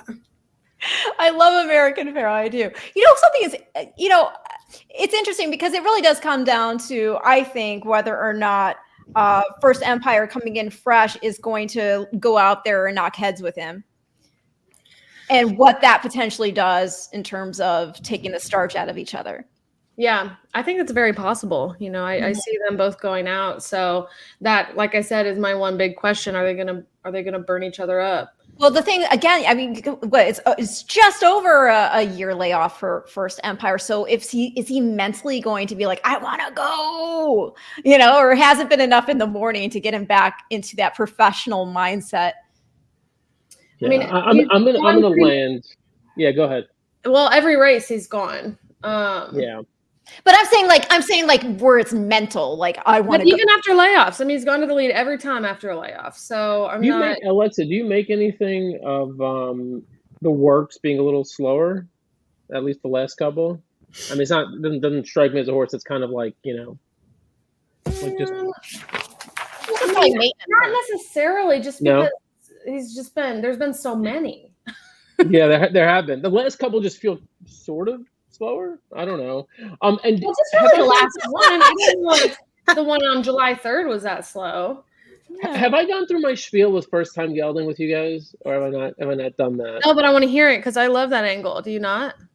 So back in the day, I'm talking like not even that long ago, like maybe like 10 years ago. I don't know, like maybe y'all could back me up on this, maybe not. I feel like every time a horse was a first time gelding, and first of all, the reporting on first time geldings is like great now. It's like always in the form, even when they're like, when they give you the changes in the morning, they're like first time gelding, and you run to the program, you're like, oh, let me write down first time gelding. You're like, oh, it's already in there, first time gelding. Back in the day, it was like never in the program. It was like first time gelding. You had to like find out by the guy at like the popcorn stand. You had no idea the horse was the first time gelding until like either like a minute before the race or until after the race. It was terrible. So that's one thing racing has gotten a lot better at. But I will say, like back in the day, it felt like every time you heard a horse was the first time gelding, they moved up like 10 lengths. Now, though, I feel like first time geldings are like, meh, occasionally, like maybe. But I don't know. Like, am I the only one who feels like first time gelding is like not a thing anymore? Doesn't like the load as much. Every time I go that angle, I lose. Right? So like I it's don't not even, a good angle anymore. Like, I look at it, and if they beat me, I'm like, okay, my bad, right? Yeah. But every single time that I try to use that, it's like, ugh. So I would have to like run the stats and the data, Let's get some numbers. I've always said that it's the biggest equipment change that there is. I mean, the ultimate. It's the ultimate. Yeah. I think there's something unique about this situation, though, Dan. Is I might be willing to still play a first time gelding angle if there's something like the horse is green, the horse is losing focus, the horse is a head case before the race, that sort of thing. Gelding a horse off of a win, you obviously, and we're stepping back. First Empires, it's been over 365 days since this horse has hit the tractor in the day. Obviously something happened, so it's like, okay, well, it probably wasn't a choice they necessarily made. Something may have forced it. No. In this case, still don't know. Yeah. Well, no, in this case, I think you geld the horse because he's not a world beater and you're not necessarily going to have a stallion career. So why keep him a stud? I mean, the poor horse won his last race. I mean, what do you need from him? What? He won his last race. I mean, he won his last race. I mean, he won, but to get a stud deal these days in any way that really matters, I mean, you gotta be like, or you should be anyway. I think that we might have too many horses that go to stud, and there's at some point this horse. Is it common? Is that what you do if they're not gonna? You just geld them because that could change performance in a negative fashion too. It could. Not necessarily. Well, I mean, something like JD said, something, must have happened. He has time off, but then that also hurts any potential stud deals or anything going forward too. So, unless you really think that the horse, and who knows, maybe he was getting studdish and they still thought he had a race career. So they gelded him. Yeah. Hard out here for the Colts, man. Real hard. Yeah. It's so hard being a man. You know how it is. It's so tough. Could you imagine if your job performance? Could you imagine if your job performance, if it was a little lacking? Well, Dan, sorry. Not quite great. I'm gonna have to snip you. Yeah, so tough. All right. Well, here's a quick thing. I'm looking at. So we got 2 minutes to this race. 3 minutes. I'm like. Again, I'm not overly confident. I do like the 6 a little bit, by the way, who I didn't say too much about. Capture the Line, 2 career turf tries, his most two start, his most recent starts. Look good in both of those.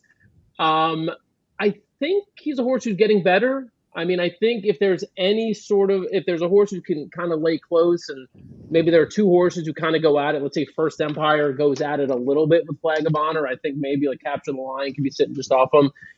9-2, I'll take happily. But the way I'm thinking of approaching this is a double, because I've narrowed down the Oaks to two horses. So like the horses I've narrowed it down to in the Oaks are the 7 Bravo Kate and the 5 Hurricane Claire. Although I do like the 10 a little bit, Caitlin or Greatness. If we were going to play a double, for anybody watching who wants to play a double here, does anyone have a strong opinion in the Oaks that maybe they could pair up a horse here with in the Oaks? The 13. I like Badia. I like Lunch with Bernie. So Lunch with Bernie and Badia. So that's the 9 and the 13. I do like Caitlin. Her greatness is my second pick in that race. All right, so that's the 10. Sherry, what do you think? I'm on War Painter. She's my third choice. Yeah, she's my third choice. War Painter. Yeah. I went 9, 10, 11 in that race. Yeah, I love War Painter. Yeah. Okay, a little spread. JD, who do you like in the Oaks, real quick, for anybody playing the double? Hurricane Claire. So I'm 5-4-1. I'm in a completely other hemisphere than everybody else here. Somebody's gonna win. We have the entire field covered. Yeah, let me mention 7 other horses I like real quick. Let me just jump into that. 8, 12, 1, 2, 4, 6, 7, 8, 9. Yeah, exactly. All right, I'm gonna put in a double real quick. Don't leave my 13 off, Dan. All right, we'll throw the 13 in. No, I'm doing it. Let's see. Can I get it? Ooh, 30-1 on. Oh no, you're 12-1. Okay. Girl is 30-1. You better hurry up. They're loading in the gate. Hold on. Bravo, Kate, where are you? Wait. What was everyone's final top pick here? 1. 4. 1. Ironstone could sit the trip if they go. I'm 4-6. I gotta take the 1. I'm 5. 1 or 2. 5-1-2. 5-2-1. Are you First Empire, JD? Is that who you're going with? Who are you going with? No, I'm with the 1. Oh, you're with the 1. Okay. I feel like this is one of the first times I've been on this show and I haven't talked about Moira. You're going to have a chance. She ran really well the other day. I know. I was so proud of her. Yeah. Way very well was Capture the Lion and First Empire. Joining is War Bomber the inside and Flag of Honor coming up the hedge. Out wide as Saratoga Flash is kicking clear in the lead is First Empire. And starting to go through the pack is Ironstone. And back to second last position early on is and a little rank, not normal. Last on the inside, Cruden Bay. With the early leaders, First Empire. Capture the Lion is second. War Bomber on the inside. Flag of Honor has come away from the hedge. Me against Alexa. Come on. Second last position, Cruden Bay on the inside of Not Normal. Out in front of the Canot Cup is First Empire. Second place in Capture the Lion. Saratoga Flash third. And tucked away is War Bomber on the inside of Flag of Honor. And deeper out Ironstone trying to make a run. And 2 lengths away is Not Normal and last Cruden Bay. 2.5 to run and showing the way on the inside. First Empire. Capture the Lion. Saratoga Flash. War Bomber. Flag of Honor's dropped off. And down the outside Ironstone coming through is War Bomber. War Bomber muscling through in the center is run clear. And War Bomber dashing out in front in the Canot Cup. And down the outside, running home is Cruden Bay. War Bomber in front. Cruden Bay is flying and gathering up this leader. Oh, God. And Cruden Bay pounces on War Bomber. And Cruden Bay has won the Bet 365 Canot Cup. Over War Bomber, Ironstone was back third within the center. Capture the Lion, then First Empire. I put Sophia in the winner's circle. Cruden Bay. Sophia. This is because you were smack talking, Dan. Dan left. Oh, there he is. Yeah. No, I'm here. I'm back. This is because you were smack talking. She's like, we're watching in the Jackson. She's like, oh, really? Dan Tordjman. Okay. Oh, man. Can I just say that I was before you got on, I was just like, Sophia Vivas. I do want to see the start of this race, though, because it did look like Ironstone was pinched back at the start. And I don't know what happened there, but I do want to see the start of it. And Flag of Honor shied from the bushes on the rail and was Is that what that horse was doing? Here, okay, let me see here. Oh, he got hooked on the gate and bumped and bumped and bumped. So that was the excuse for my horse. Yeah. Are they going to so what happened with Flag of Honor? So when Emma Jane brings Flag of Honor, I don't know if we're going to get far enough into it, but when they get close to the bushes, you're going to see Flag of Honor just start throwing the head back and forth. And yeah, we'll have to look at it and replay. But yeah, the horse did not like the bushes. Emma Jane had to steady the horse and go outside. It was a bizarre ride for Sherry. Have you really? I'm sorry, not to cut you off, JD. I just have a question out of curiosity for Sherry, because I know she's out there all the time. She sees these horses in person, and I don't expect you to necessarily remember what every horse looks like. But I couldn't tell because of the white little footy that Flag of Honor has. And I'm not saying this has anything to do with his performance. I'm just curious for my own self. Does he toe out a bit? Okay. Because when I was watching them in the walking ring, it looked like that. But in any case. Yeah. I honestly, I wasn't down there today. And a lot of times I'm not in the walking ring. Now I'm more upstairs watching. I probably would have noticed that if he was in the paddock, but I can't say for sure. Oh, but that poor fellow was not comfortable today. Whatever. Holy cow. You're saying the War Bomber went off at 9-1. That is insane. Yeah, and ran huge. Right? Yeah, just a lot of late money too. 4 to 1. He ran out of gas. He ran out of gas late, right? Yeah, he needed one more race, but I mean, still 9-1. Good Lord! And then Sophia, who I spent the better part of, the top of the 4 o'clock hour. She did that just to spite you. She said, "You're dogging my name. I'm gonna win this race." And Ironstone just didn't have an excuse. Yeah. Yeah. At least Ironstone's a playback, y'all. Watch this start again. He's there all the time. He just needs that little step to figure things out a little bit more, but his time's coming. But in this case, he hooked on the gate and then got bumped too. So I hate it when I see that. It's bad enough to whatever, but when you're hooked off the gate too, coming out. But Cruden Bay, I mean, obviously ran really, really well. I think, and Alexa mentioned that horse is underneath the play. Yeah. And again, the 12-1 on War Bomber, that was very curious. And I'm even more surprised that he went off 9-1. But I guess it's just because that performance didn't, obviously he didn't give people anything in that one performance off the layoff to give him a look. But if you look at his past performances, I mean, grade 2s, grade 1s, I mean, he's been constantly against good competition. Ren, I see the potential here. Dollar trifecta 165, exacta 72.40. I see the potential here for you and everyone else to get locked into another one of these debates, similar to the one that you had with Alexa over fierceness when it comes to Ironstone. No, let's do that again. Is it a trip issue? Was it? I know, right? I was like. Was it a bad trip? I heard you specifically retort when I said he's the best closer. You said, I don't think he's the best closer. No, because wait. My horse got hooked on the gate, out of the gate, and got bumped around. It doesn't. So you can't say your horse is the best closer now. Now, if he was break, then you can say he's the best closer. He still beats him with a clean break. If he gets out with a clean break and still beats him at closing, then I will give that to you. But in this case, no way.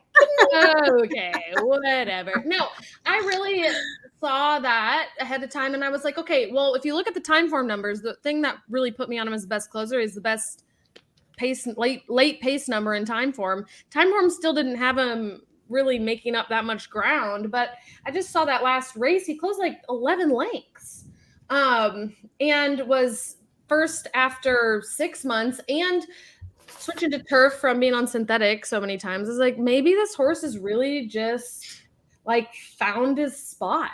I'm kind of bummed that the odds were that short, that took so much. Yeah, they knew. It's because I said it. They knew. There you go. Right? Before you're out of here. Oh, JD, we can't hear you. You're underwater. I feel like JD's in space. It looks like he's floating in space. How good was that astronaut ice cream back in the day, by the way? We all agree astronaut ice cream was the best? Oh, it was so good. You're too young. Ice cream. No. You never had astronaut ice cream? I'm trying She's to too get young, Dan. What? Yeah, so they used to do astronaut day at school. And they would bring like in like, you know, here's what astronauts, you know, they have to eat in space. Here's a version of the ice cream they have, and it's this dried. It's like Dippin' Dots. Wait, is this an American thing?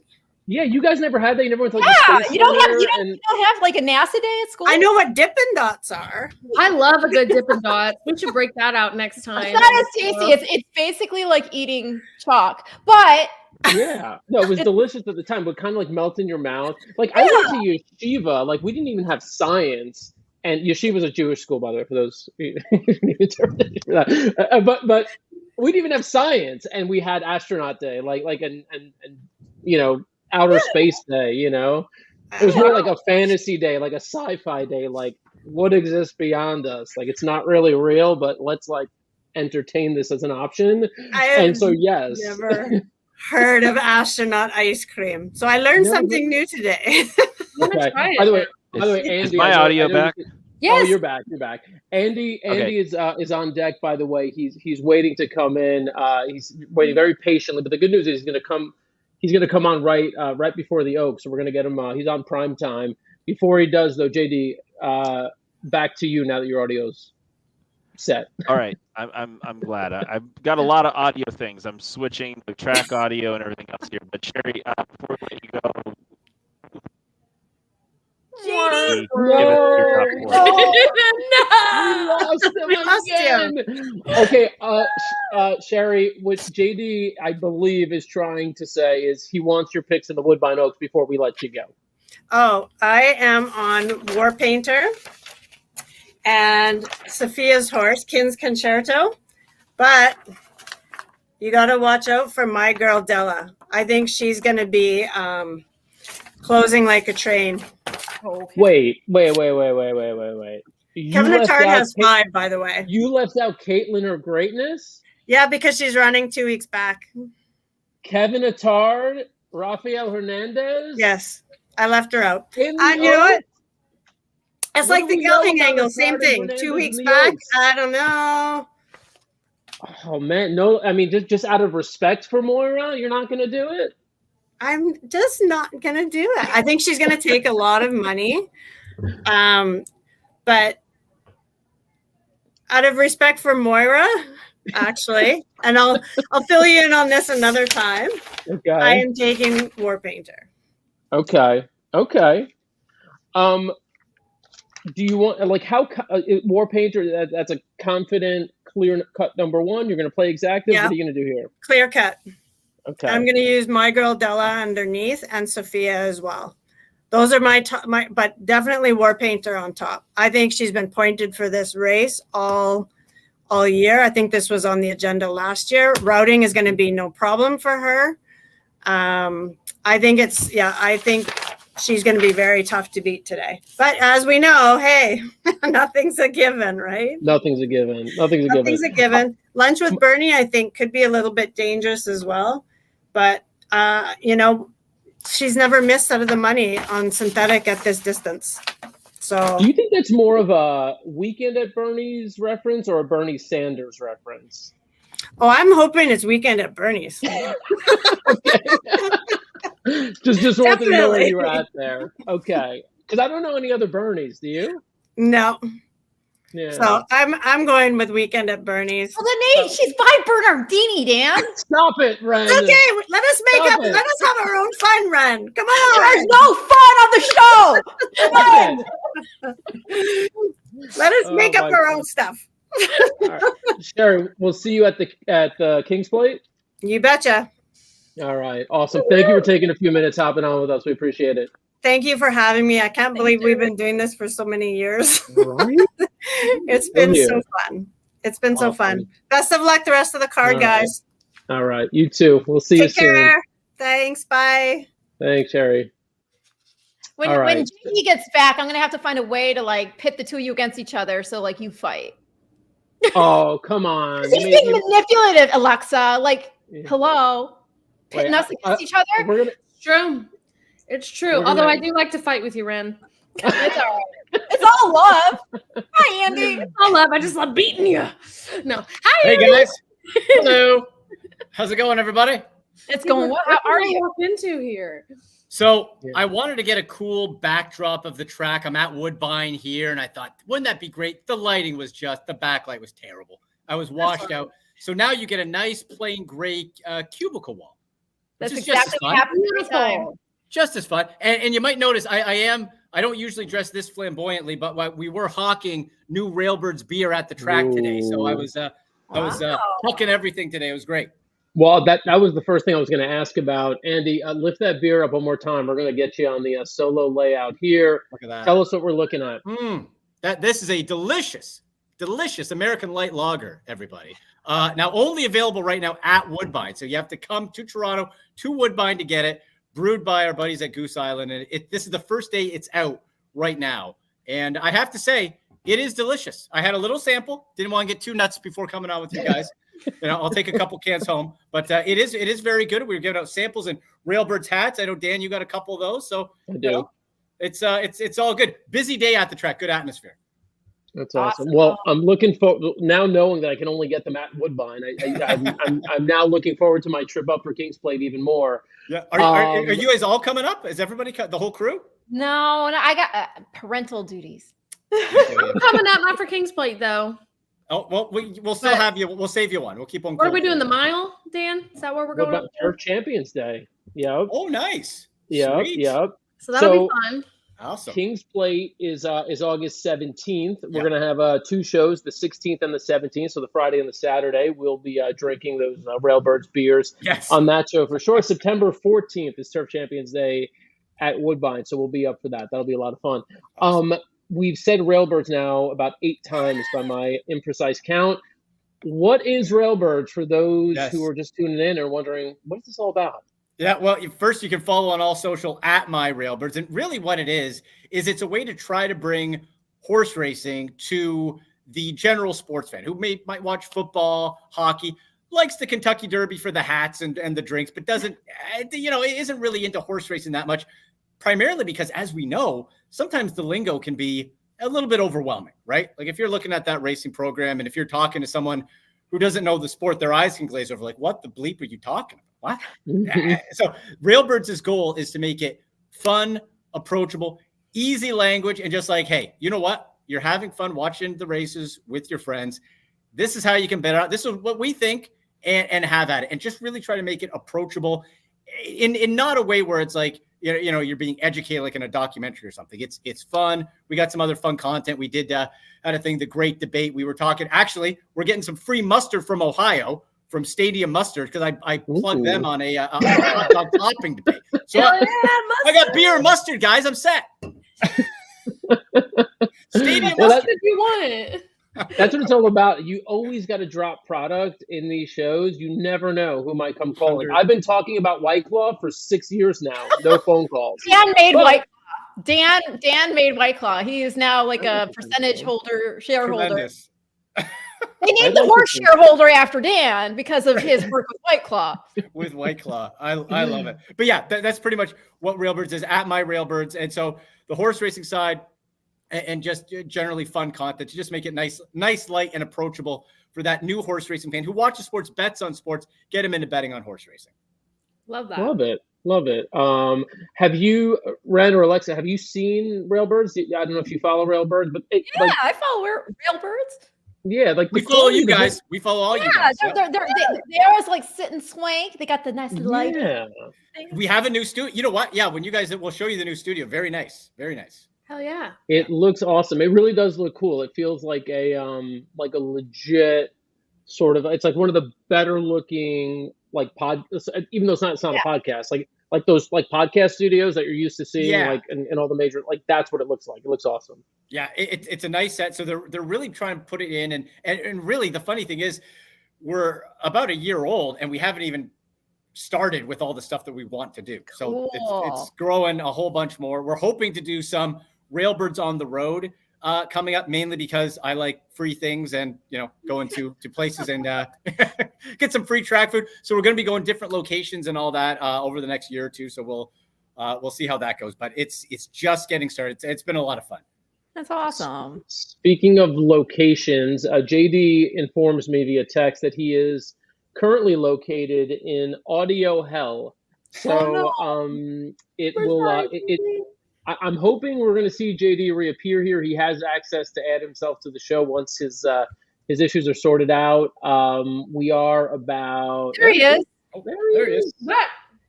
Yeah, I should be okay. Yay! We got JD back. It's just resetting everything. You know how it goes, Dan. I do. I know these days are tough. And like, I mean, have we been fully hacked? Do we think that that's what's going on? Have we been fully a slow hack? It's probably the big betting teams because we're giving out such mad winners. So they want us to drop those odds. Right. Exactly. No, I think so. And speaking of that, let's start. What, Ren? You want to kick us off here with like Woodbine Oaks? Sure. Who's winning this race? Sure. Well, I don't know. I mean, you could make a couple. I don't know. What do you mean? Who knows? Like Secretariat even lost. Come on, man. Okay, so the 9, Badia. I look at this horse. She's never been on synthetic, and I know her 2 turf starts weren't exactly thrilling, but that was back when she was a 2-year-old one too. Everybody seems to act, turf horses can go on synthetic and synthetic horses can go on turf and are interchangeable. They're not interchangeable. They're different. They're different surfaces. And so in any case, all that considered, you know, she is a Canadian bred. So of course you want to take your chance if you have a Canadian bred who has at least shown you some ability. So that might just be the angle of why they're just going to take their shot. That being said, it still costs a lot of money to ship a horse up. I don't think Tom Amos is doing that without thinking his horse is well meant here. And look at some of the names that are in those company lines. You see Tarifa, you see Torpedo Anna, for freaking crying out loud. So she's been in against some really good horses. We're now getting onto the synthetic after she made her last start there in the Panther Stakes. She was third, beaten 3.5 lengths. That was at Prairie Meadows where it's kind of deep. And if you look at those times, I know it's not exciting, but you have to consider this, all right? The 3-year-old males who ran the race right after theirs, they went even slower than the fillies did. And then the last race, that was won by a very nice multiple stakes winner named Velocitor, who's run there at Woodbine. So everybody should be familiar with him. I mean, they didn't go much faster either. So it's just the track. It's just the nature of that track. Now, as far as the pedigree goes, in terms of looking at her on the synthetic, Uncle Mo, we know that he is super flexible.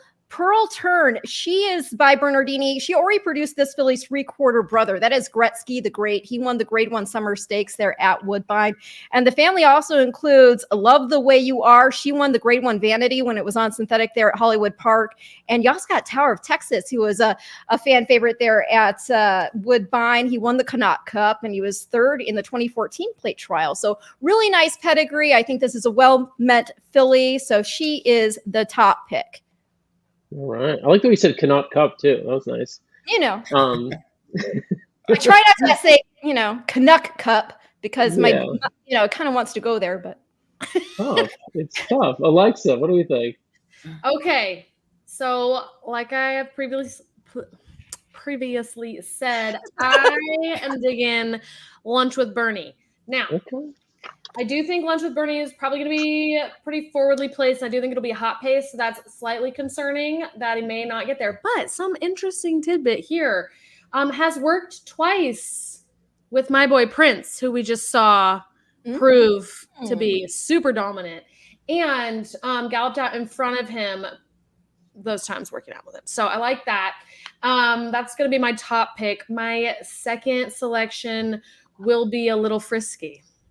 Ooh. Number 12, A Little Frisky. I like this horse picking it up at the end if we have what could happen with, Caitlin, her greatness and Lunch with Bernie and, everybody out front kind of burning it up. So I am 13-12. I like Nicely done. By the way, y'all, I just got a text message from a phone number that's not in my phone saying, when are we meeting? Hope to hear from you after work.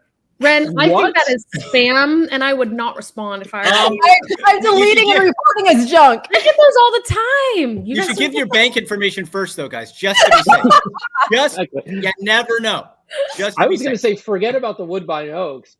Just get out there, girl. Let's get this live. I don't think Matt would like that very much. No, like just even respond for our entertainment, right? Like, I mean, just responding being like, yeah, what time are you picking me up? Yeah. Let's engage. By the way, I don't know if you guys have been getting these. I have been getting, I don't know who shared my cell phone number, who signed me up for what, from both political parties here in the U.S. I've been getting non-stop text messages. Is it just me? Yeah. No, Dan. No, Matt has as well. Non-stop. I haven't gotten any. But I get about 40 text messages a day from, are you still voting for Biden? Will you vote for Trump now? I'm like, oh my God. And is it always like a different number so you can't block it? Always a different number. I report as junk each time, and I still get more. Wow. Oh my goodness. Wow. Are there any Hulk Hogan texts though? Are there any Hulk Hogan texts? What That, you gonna do? I'm biting on the Hulkster. If the Hulkster, what you gonna do? I'm doing it. What you gonna do, brother? I cried. I legit cried when my brother told me that WWF was choreographed. Oh, I'm an old schooler, 80s Hulkamaniac from day one, and I'll tell you that was. Same. Are Really? you kidding? Yes. Yeah. I saw him cut that promo. I was like, U.S. politics has become pro wrestling, and I'm kind of here for it. I want to swerve. I want like chair shots. Like, okay, whose side is he really on? Like, let's get interesting. Come on. Ooh, chair shots. That'd be Hulk Hogan goes with Jill Biden instead, and it just gets weird. I don't know. Who knows? Wow. Alexa's response, like her enthusiasm for chair shots, sort of concerns me. JD, do you want to talk about this horse race coming up? Oh, JD was also a warrior guy. He was also a warrior guy. I was about to say, as you know, that I'm the biggest wrestling fan here. I thought that's true. where you were going, but sorry. Go there. with That this sounds race- fun too. No, that's for another time. Yeah, I like a bunch of the inside horses. Hurricane Claire is my top pick here. Kins Concerto is right now the favorite on the board, 4-1. That kind of shows you how wide open this is. Right on Ernie's morning line of 4-1 there. And Indiation, I don't really know what to do with this horse. I have the horse third. She got like the absolute perfect setup in the Princess Elizabeth and came through and won. And obviously he's just run back one time since, and it was a very flat effort. Given the amount of works that she had for Kevin Attard. Wondering if she's just kind of slowly building into, her 3-year-old campaign, or if she's got a big race in her. But I think, when you look at the Princess Elizabeth last year, the top 2-year-old race for fillies at Woodbine, you've got the winner, the second place finisher, the 7th place finisher, and the 4th place finisher all in this race. So, we've got a bunch of replays. Do you guys want to watch that race? Do you want to watch something else? I mean, we've got it all lined up to help the folks here. We got 11 minutes to post. Let's go. Let's do it all. Racing through a first quarter in 24-1. The leader remains Sounds Practical by a length to Olivia Rose. 1.5 Erosa. Hurricane Claire on the outside. Bravo Kate saving every inch of ground coming up to share third and tracked along well by Inundation. 2 lengths away, War Painter, and then 454, and yet to tack on 4 behind is More Money Honey. Sounds Practical through the half in 48 flat, leading from Olivia Rose, pushing for the lead now. Coming at them is Erosa in third. Bravo Kate's there if good enough.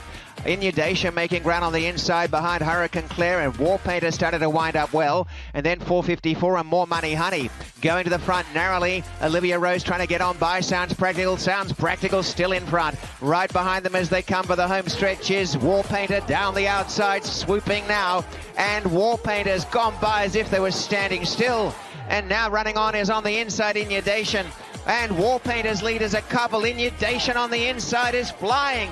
Inundation up the rail. Inundation and War Painter to the wire. And as they hit the wire, a close one between them. War Painter the outside, or Inundation the rail. A very tight one in the Princess Elizabeth. Nice. That replay. There in defeat. I mean, look, that to come back on her. So it's hard. That replay. I didn't want to say it with Sherry on, but that's the reason I don't like War Painter. And every I thought race. that was impressive. You didn't like that? No, I mean she hung. She came back, and that's why I don't like Inundation either. I mean, I think she was Oh, the yeah, well, yeah. beneficiary of that. I get you on that if you're tossing both. But I thought, although I'd be She happy got for to the connections either way.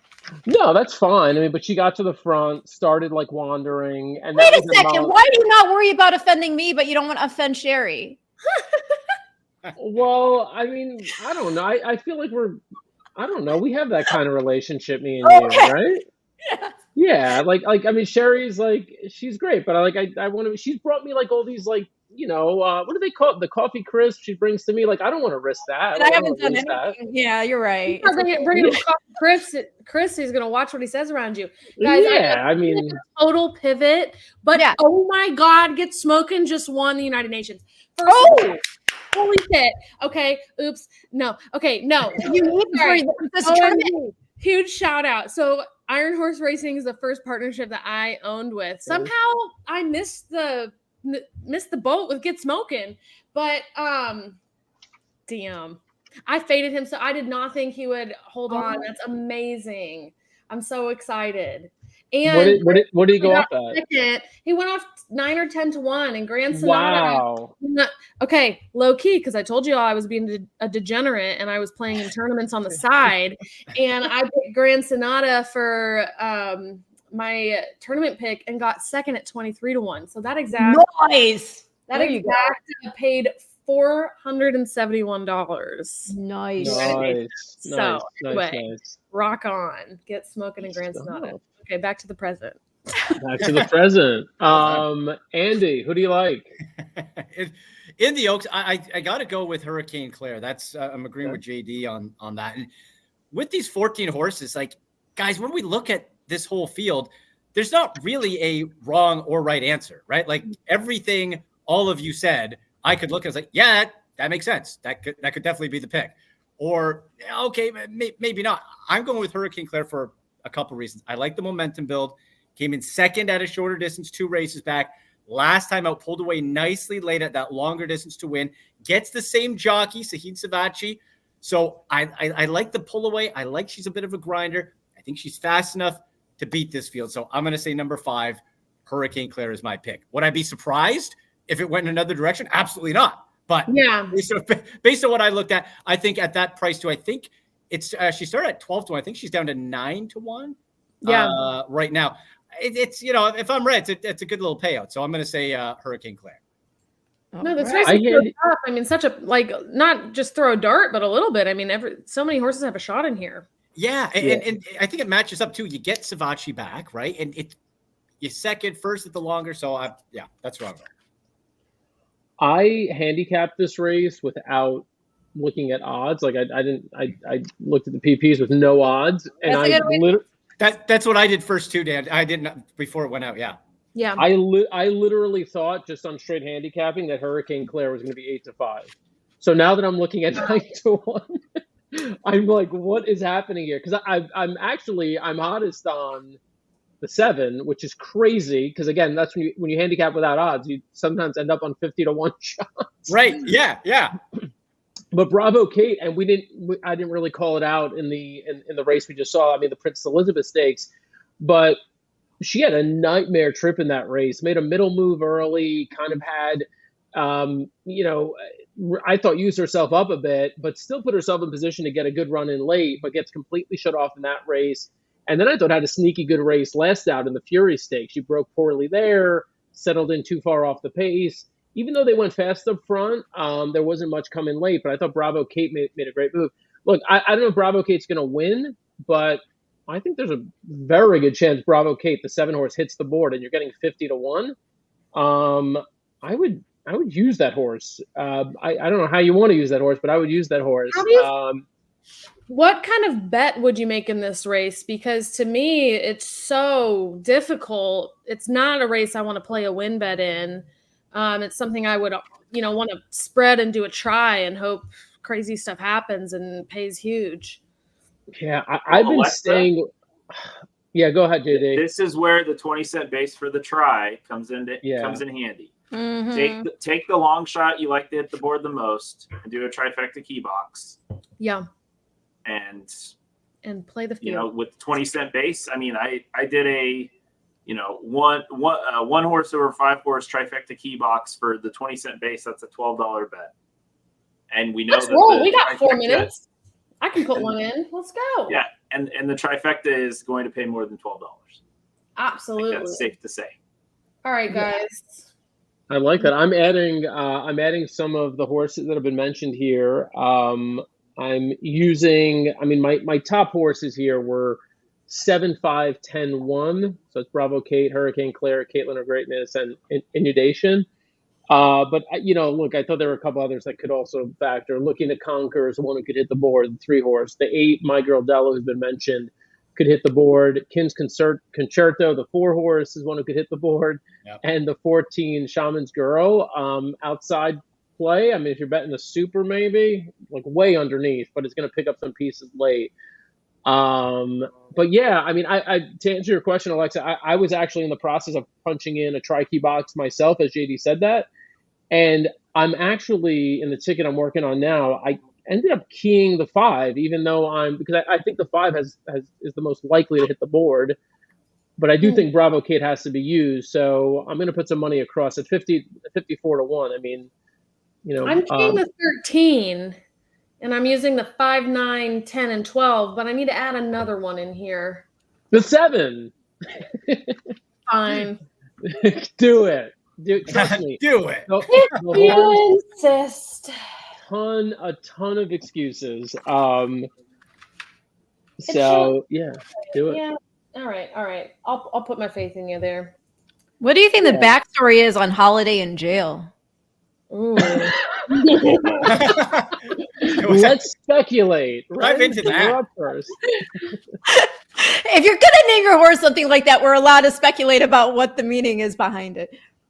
No, don't look at the sire name in the dam, because it's not something I think we really want to talk about on this.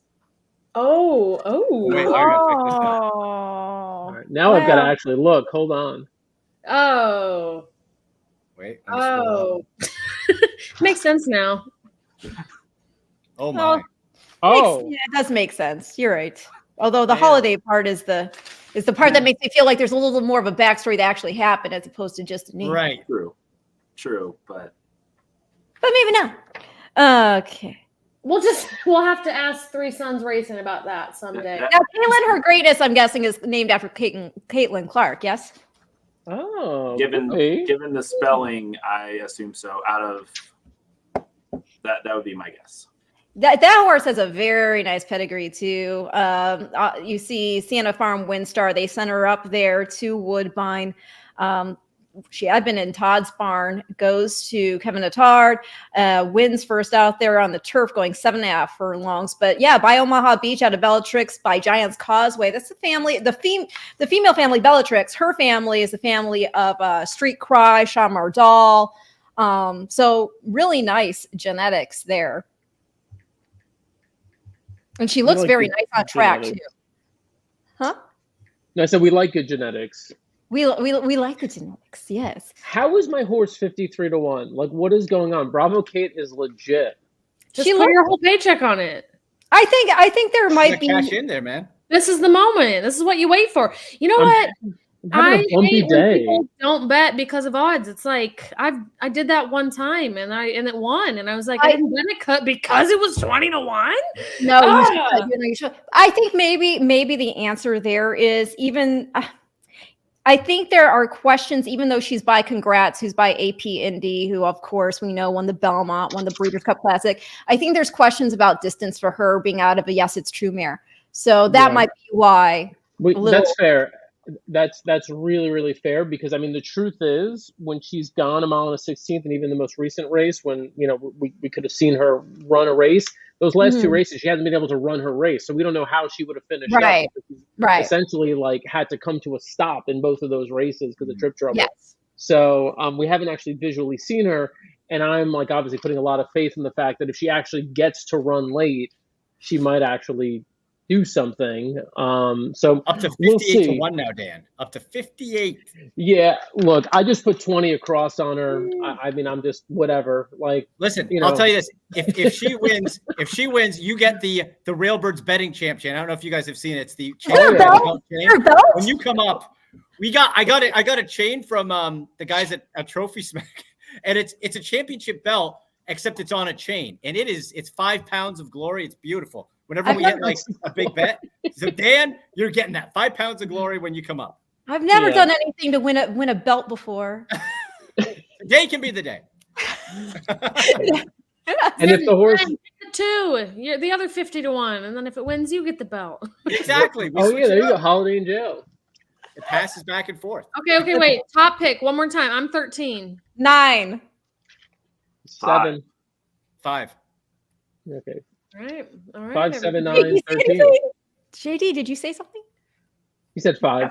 Oh, okay. Sorry, I didn't hear. All right, let's rock and roll.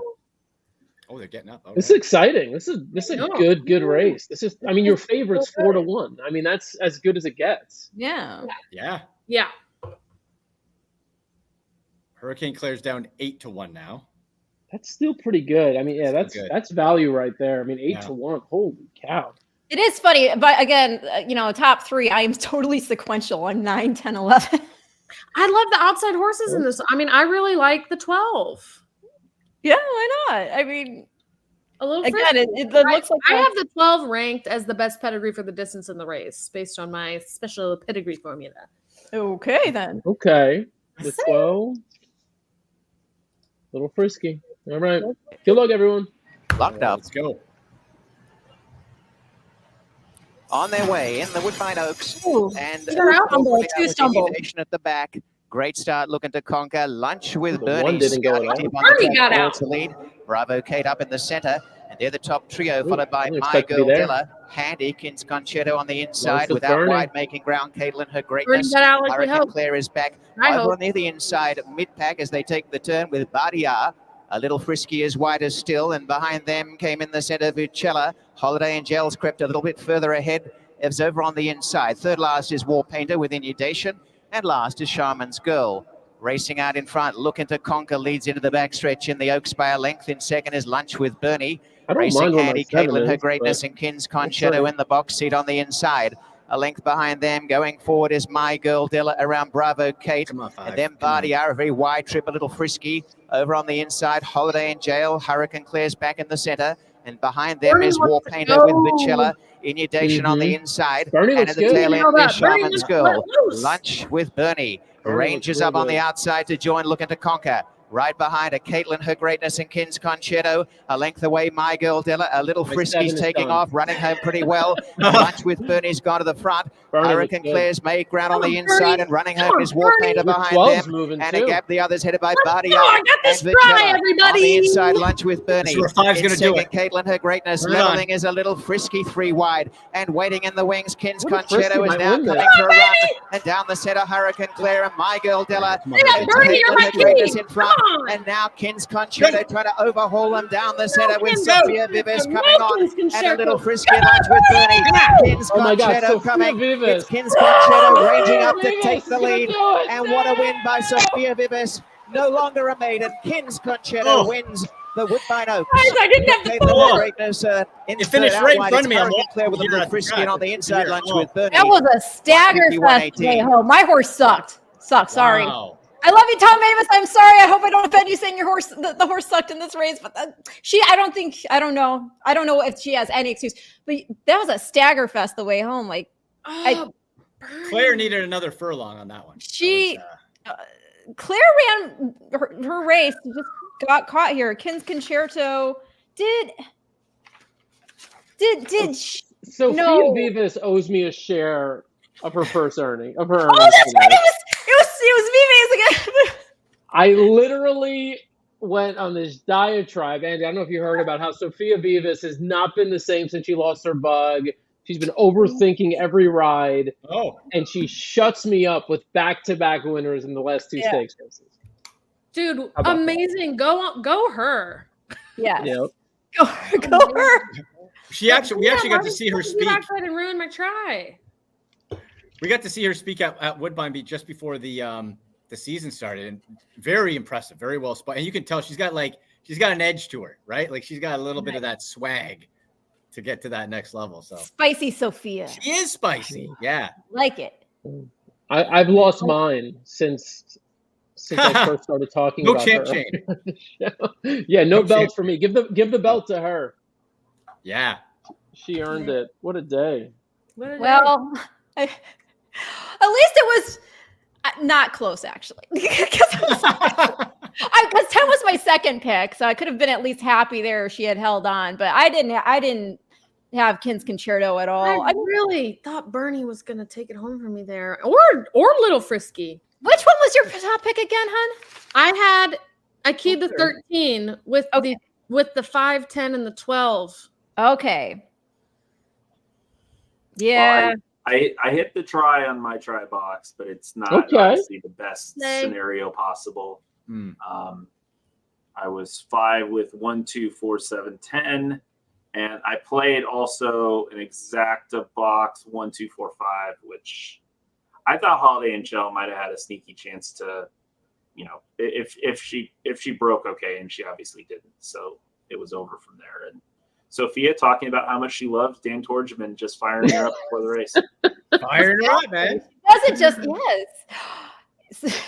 So okay, I feel guilty. I said that my pick's performance sucked. I hate saying anything bad about horses because the horses do their all. I love, and there's a whole team behind a horse, so I hope nobody was offended by that. I just disappointed. Yeah, I thought I would see something, and I didn't. And you know me, if I find an excuse for my horse, I'll tell you I found an excuse for. I saw no excuse there. Wait, guys, real quick. Yes. I know, Haskell? Yeah, we're finding it out. You know me, Dan. For us sick people who've already moved on. Degens over here who are watching every track.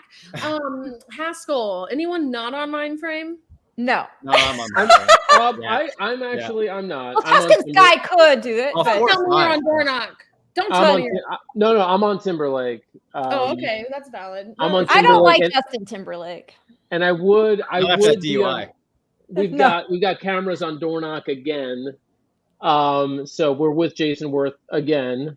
But we've been with Worth since yesterday. So we're doing I love that video. I love the video you posted this. I love that. How funny was that video? Yeah. You were there. Weren't you there at the Belmont? At the Belmont, yeah, we were right there with him. Yeah. Okay. And I love Jason. How aided do you truly believe Dornock was by the bias? Because I just really feel like he wasn't the best horse in the race. Severely, yeah. Like if Mindframe had another race under him, I think Mindframe had a little more. Yeah, I think Mindframe probably wins that race. Yeah. If he's got a race or two under his belt, a race or two extra under his belt. So no, I'm with you. I like Dornock that day because of the rail, because of the way Speed was playing, and it was a dream trip. What's that? You got to root for the person. But we made that decision to be with him. Yeah. I mean, this is gonna sound bad, sound like I'm bragging, but because I thought that he would win, so I was one who decided that we should be with him. Come on, Pounce! Get up, Pounce! Yeah! Pounce. Sorry, Saratoga had the Pounce. Okay. Back to you. Back to you. Alexa's totally fine, folks. I'm totally fine. I just got another winner. This is normal. And there's Sophia and she's going to take that, Dan Tordjman. Take that, Dan. Honestly, I think I've said it a million times. Sophia Vivas is probably the best jockey currently riding anywhere, but certainly at Woodbine. I've always said Sophia Vivas is the best. She's amazing. You're going to clip that out now, aren't you? Yeah. And make a social post. I'm going to predict that Sophia Vivas is going to win the Woodbine Oaks today. It's going to happen. Trust me. You're going to... As she's in the winner's circle. Oh, wait. She won. Oh, my God. How did this happen? All right. So, I think we need to stay live for just a few more minutes. Obviously, just to see Alexa react to the Haskell, for one. But two, to kind of just give you a heads up on some of the things that are coming up at Woodbine. Real quick, real quick, Yeah. because I'm a Breeders' Cup homer. Gotta remember that the Haskell is a win, and you are in That's for right. the Mhm. Longines Breeders' Cup Classic. Can you name off the top of your head all the win and you're in races at Woodbine? I'm No. sure you can. Not all of Yeah, them. you I can. know the Of course summer, you the can. Natalma, the Woodbine Mile. I think that's it. I think you just did it. Okay. Is the I think only for- Canadian International one? No, you did it. I did You it. won. Oh, Take the let's dub, go. Ren. Take the dub. You won. Do I get the belt for that? Eat those dubs. That's right. Yeah. Oh, Jameis man, Winston, my eat the dubs. cream looks so good. Oh, God, how good is Sophia Vivas? Just a great rider. The best. But seriously, More what an Lex. amazing time for female jockeys at Woodbine. Well, female Yeah. jockeys everywhere, but Woodbine, damn. Emma Jane Wilson breaking the record. Seriously. It's really, yeah. And Sophia I'm just looking proving up from my me view. wrong. I can see the winner's circle. Everyone looks great out here. Man. Are we showing the Haskell or no? I don't think we're allowed to show the Haskell, are we? No, we can't. It's on NBC, folks. I'll If do you're it with allowed hand gestures. No, I'm joking. But you can watch us react to it, which might be just as fun. We need little puppets, like little popsicle sticks. Oh, well, if I'm gonna have to open up my app to watch the race. Then let me. Has everybody tried to call a race before? No, not I would be horrible. I can barely watch my own horse. I have to watch a replay when I'm handicapping multiple times. So I go, oh yeah. Yeah, We'll watch the entire past performance log of any given one horse. Oh, I want a big trophy like that. One year, Alexa, we had audio issues, and I had to call the King's Plate on our. How did that go? I've called races before, so it went okay. But good. It's been 10 plus years, so it's not like I practice. Yeah.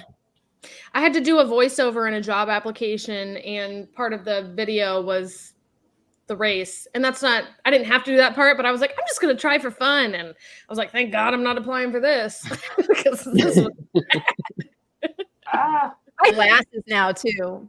So You it's what like now? that makes it, I think I might need glasses at this point in my life also, which is sad. I find myself doing this with my PPs perfect now. eye, people. I've never Never worn in. glasses in my life. And now I'm like this when I'm looking at my, It's getting close. Yeah. yeah. I'm the same way, Ren. Yeah. I'm like, not yet though. Not yet. I know. I keep trying to. I can get it. I can get another year. I just squint. That's it. Exactly. What's wrong with that? Do you know what I do now? Sometimes though, here's my cheat. Sometimes I'll take if I have to like look at a label or something, I take a picture of it with my phone, and then I just go. Yoop. Whoa. I'm using that. That's great. I'm pretty All of this industrious. That's pretty good. In your mid-20s, so unfortunate. I know, right? If your eyes went that early. If only. Woodbine, August 17th. That's the date. It's the King's Plate. We will be on site. We'll be streaming 2 shows on Friday, August 16th and Saturday, August 17th. Our friends, Alexa, DRF and Espanol. Alexa is part of that team. Nice. DRF and Espanol will also have live coverage of not only the King's Plate, but also the Woodbine Mile, as we mentioned, which is on September 14th. Lots of people coming out to Woodbine over the next, I would say, 6 to 8 weeks. Big racing, King's Plate, Woodbine Mile. Steve Bick will be there. Folks from Twin Spires will be there. A little bit of everybody. If you're watching and you're like, hey, either you're close or you can make it to King's Plate, tickets are still available at ticketmaster.ca. So check that out. You can still get your King's Plate tickets at Ticketmaster. There will also be, and Alexa, take note of this, BCBC tournament online King's Plate Day. You can play online. So chance to win BCBC entries as well as NHC seats on the line on King's Plate Day at Woodbine, August 17th. So a couple of actually, Dan, there as well. The tickets are on sale. We're having an employee contest, so I'll give you my 50% off code AMCNAM.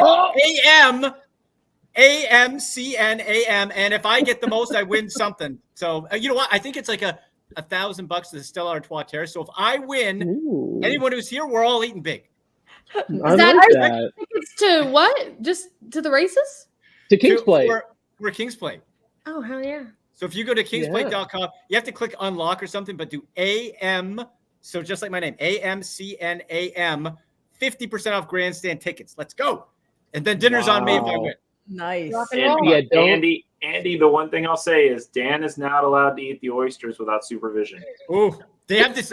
They have the new seafood tower. It's comically huge. Okay. We've got some collisions going on between. We're not got a clear lead. Wait, is the race off? I'm like, Jasper's Pride and Tuscan Sky bumped each other out of the gate. It looked like. Oh, I'm so far behind. Damn it. I think that was the two of them that hit each other. Now I'm not sure. Well, I know the two. Dornoch is in the lead. We've got Timberlake in second. We've got Ready. Nope. Just up on it. In third. Mindframe is hanging fourth on the inside. Yeah. Okay, I got it up now too. Here we go. Okay. They're like still loading in the gate for me. Streak, and then trailing the field after the bad start. Jasper's Pride. Dornoch still hanging on to a short lead over Timberlake. Pratt's got a hold on Timberlake. Where are they? Are they through a half mile yet? Yes. Yeah, 23 and 1, 48 flat. Okay, now I've got it. Okay, Mindframe is starting to make his move. Yeah, plenty of horse. This looks like it's going to be over here in a minute. Yeah, here it is. Yeah. Mindframe? Yeah, Mindframe just made his move, putting a nose in the lead. 112 for 3/4 or 6 furlongs. Here we go. Who's on the outside there? How's Dornoch doing? Dornoch still hanging in? Dornoch is still hanging in there. Dornoch is hanging in there. Dornoch is in the lead, right? Really? He hasn't changed his lead, though. Mindframe, get up. Go. There. Oh my God! Wow. Dornoch might carry Dornoch is hanging in there. Mindframe is surging to a wire. Dornoch's got it. Dornoch's got it. Oh my God! Nathan Worth has got to be losing his mind right now. That is incredible. Mindframe. Dornoch, man. Okay, I think at this point, this is what happens. Now we start going, oh, you know what? We keep not giving this horse enough. You can't get enough respect.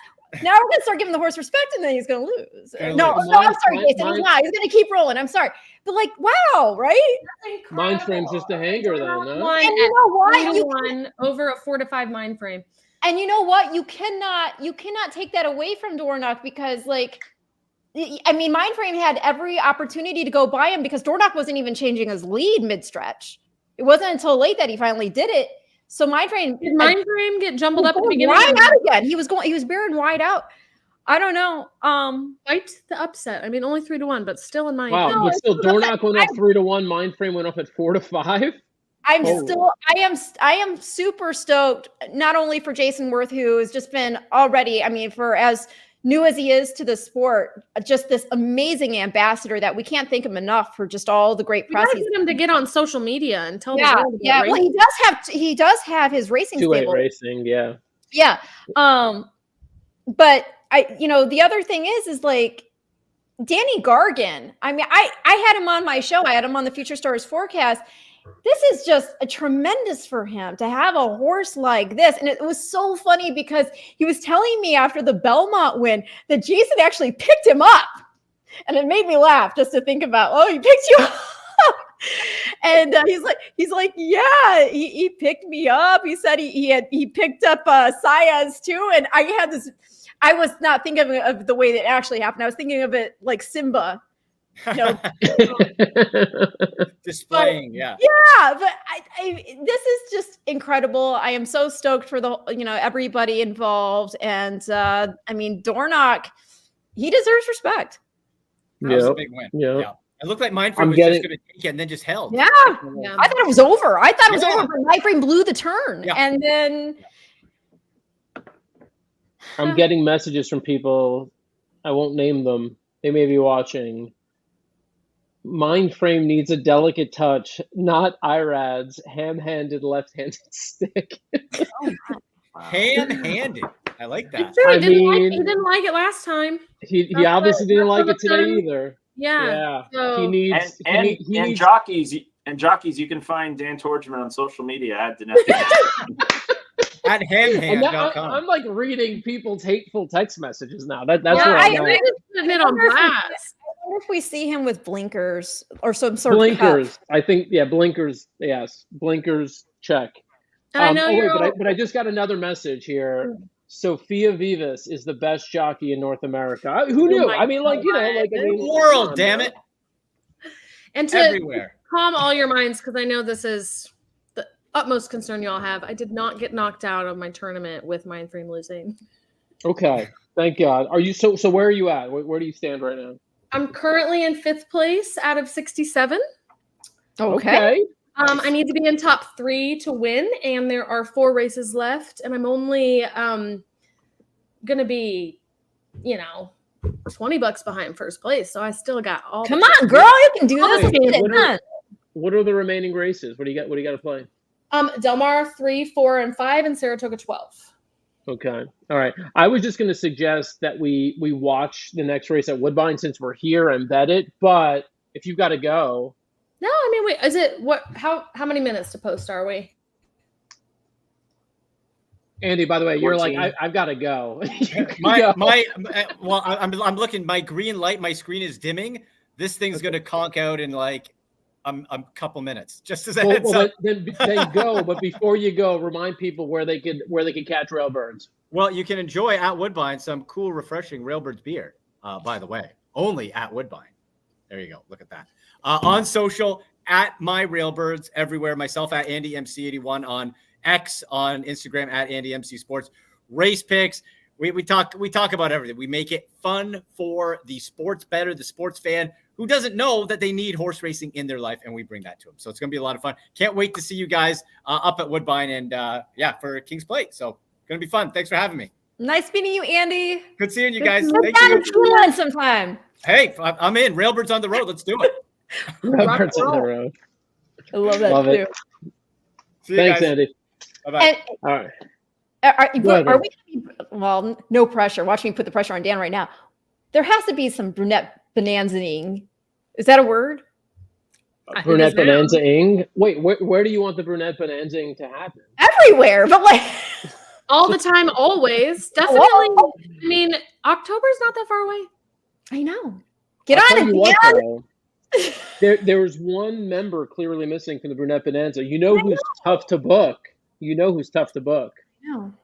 That Rachel Miller. That Rachel Miller is tough to book. I think I can reel her in. All right. Hopefully. It'll take something. How many minutes do we have till the next race, by the way? Is that 13. 12 minutes? 10 minutes? 12. All right. I didn't handicap this race, which is probably a good thing. We can lean on the expertise of everyone else.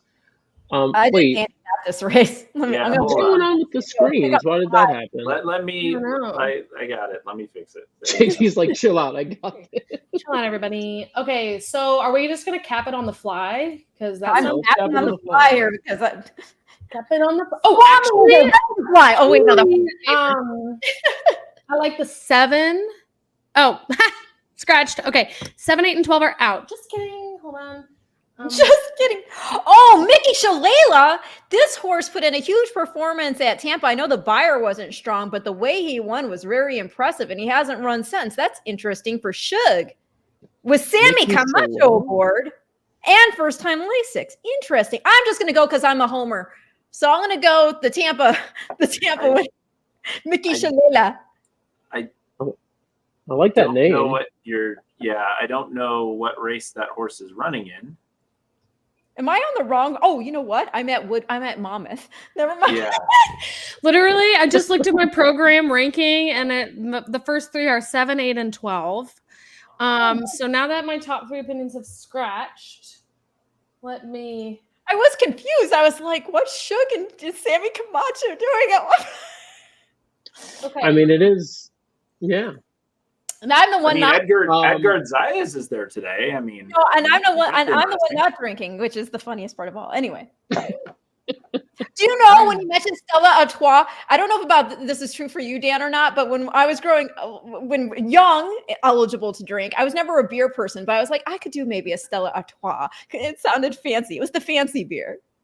Yeah, and they now, I mean, obviously they're the presenting sponsors of the Woodbine Oaks. I mean, the Stella Artois patio, by the way, is spectacular at Woodbine. If you're going to go to Woodbine, If you can get seats in the Stella Artois, it's like great views of the track, really good food, good drink. Are you saying Artois?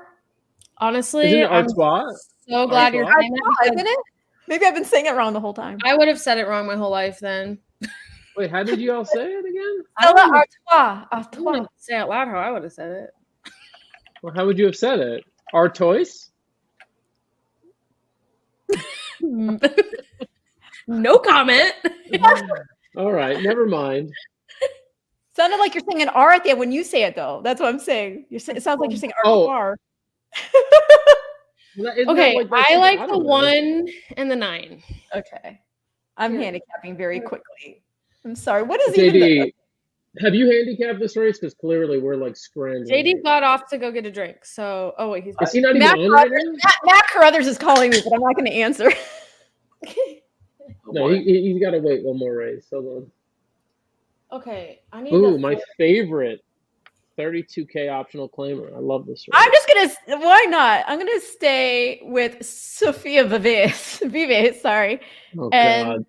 yes, she's gonna just put the cherry on top for you here, Dan. And I'm gonna go. I'm gonna go with where'd the horse go? Where did the horse go? The 3 horse, Hot Cargo. Hot Cargo out of an N3L. I like it. But it was 5 furlong race, and we're going 6 furlongs here. Horse was part of a legitimate pace. And that was the horse's first start back on turf since trying grass back in September of 2023 in an optional 50 in 2L. So why not?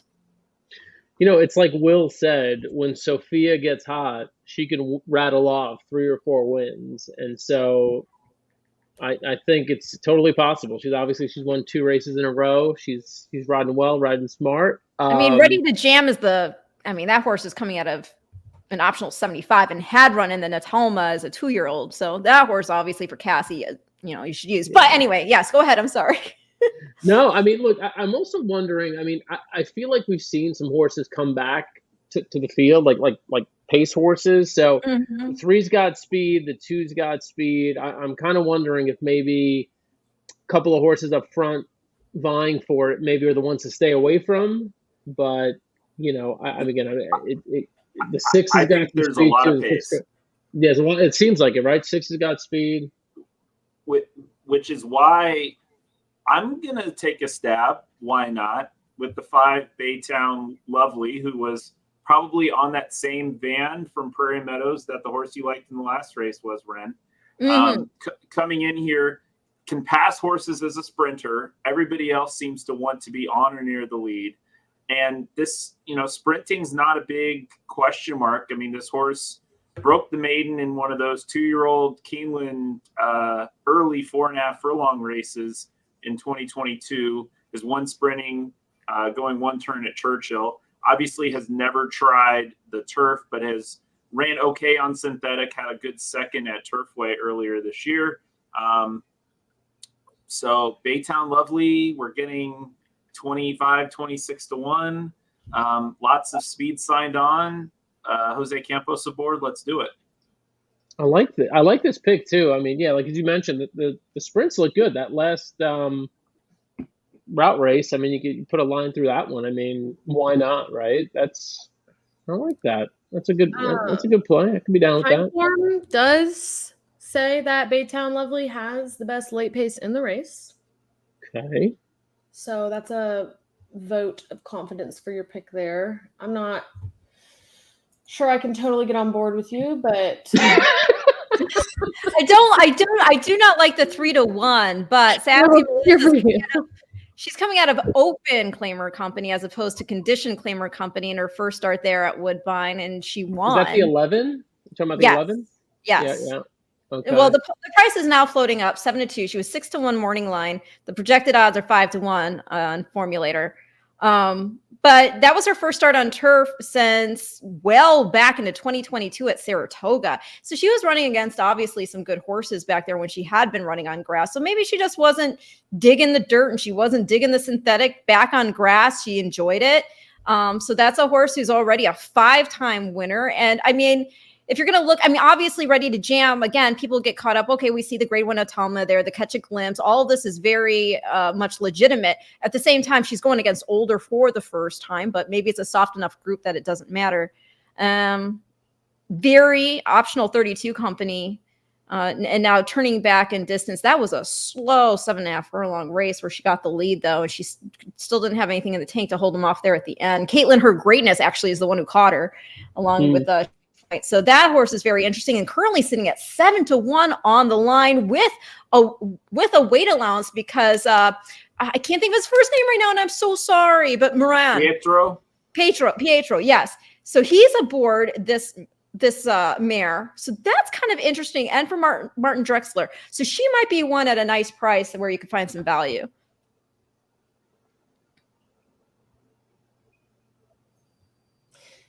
I think you silenced us. I like the improvement that Living on Love made last race, changing back to the turf after being on synthetic for ages. Got Emma Wilson returning. Emma Jane. Let's see.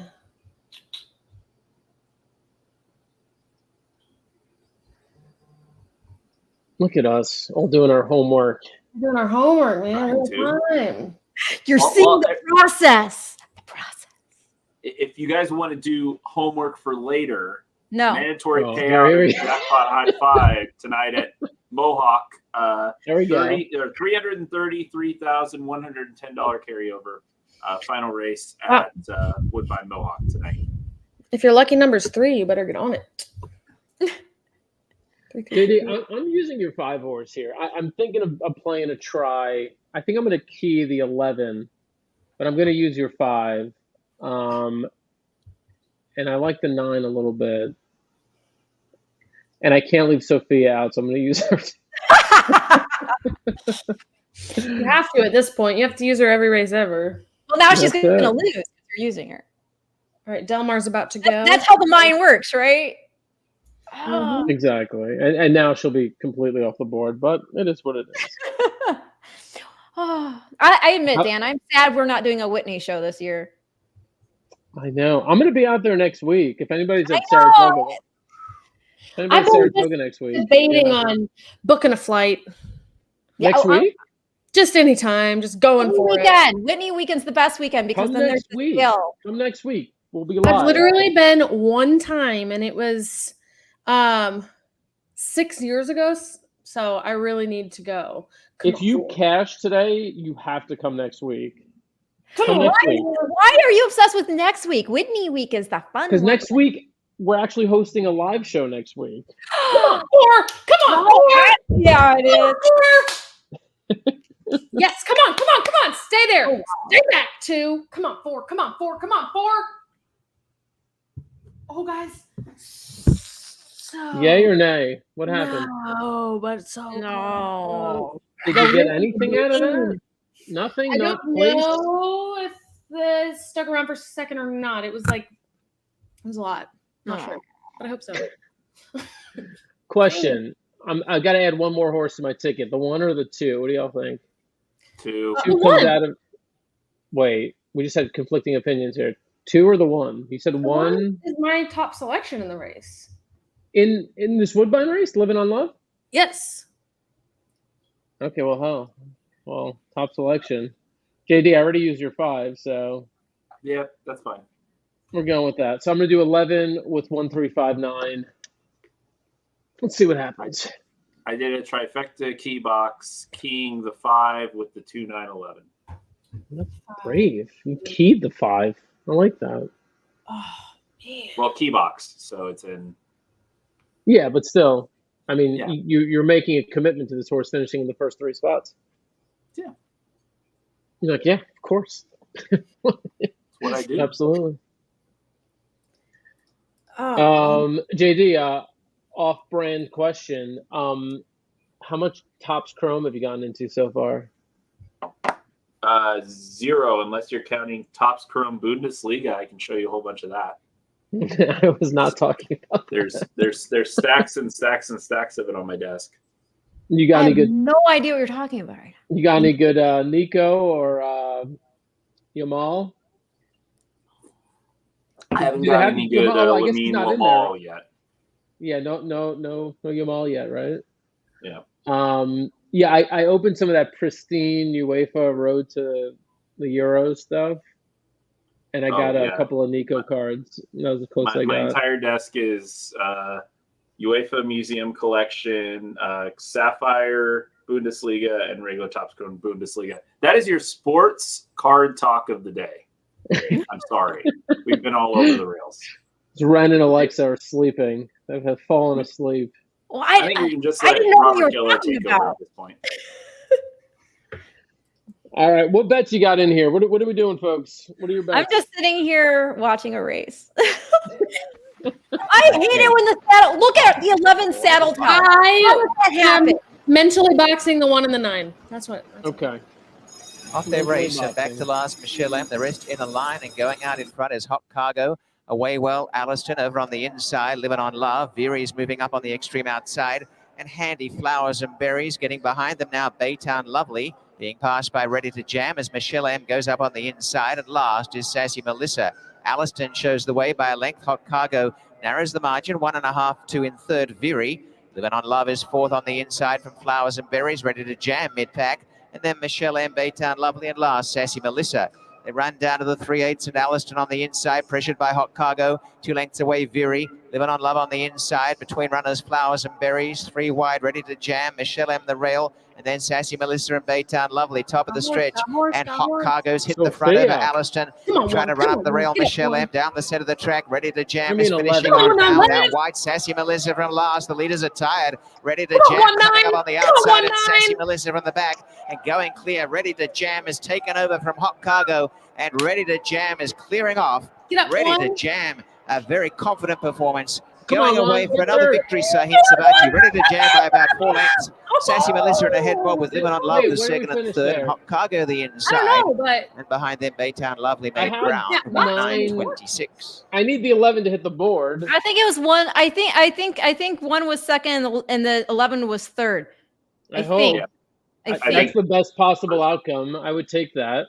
Can I just say, the thing I was getting miffed about is they were heading into the gate. Hold on 1 minute. I'll wait till we see this replay. 9-1 was mentally box it instead of Maybe 11 was second. I can't tell. I cannot tell for sure. Well, I hope 11 was second. You'd still win, right, Dan? I would, but the 1 would be better.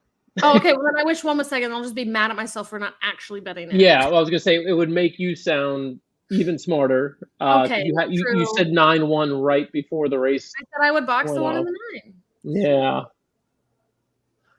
But my horse won the gallop out, so that's all that matters. I'm just gonna give myself an A for effort and move on with life. Well, the 11's the horse I was talking about. I get no love. Okay. Anyway. No. Like collectively, we made this happen. Guys, we did this with no preparation. No preparation. Look at 11. Look, can I tell you this is making me so pissed. Okay, look at the 11 saddle towel. Ren, look at the 11.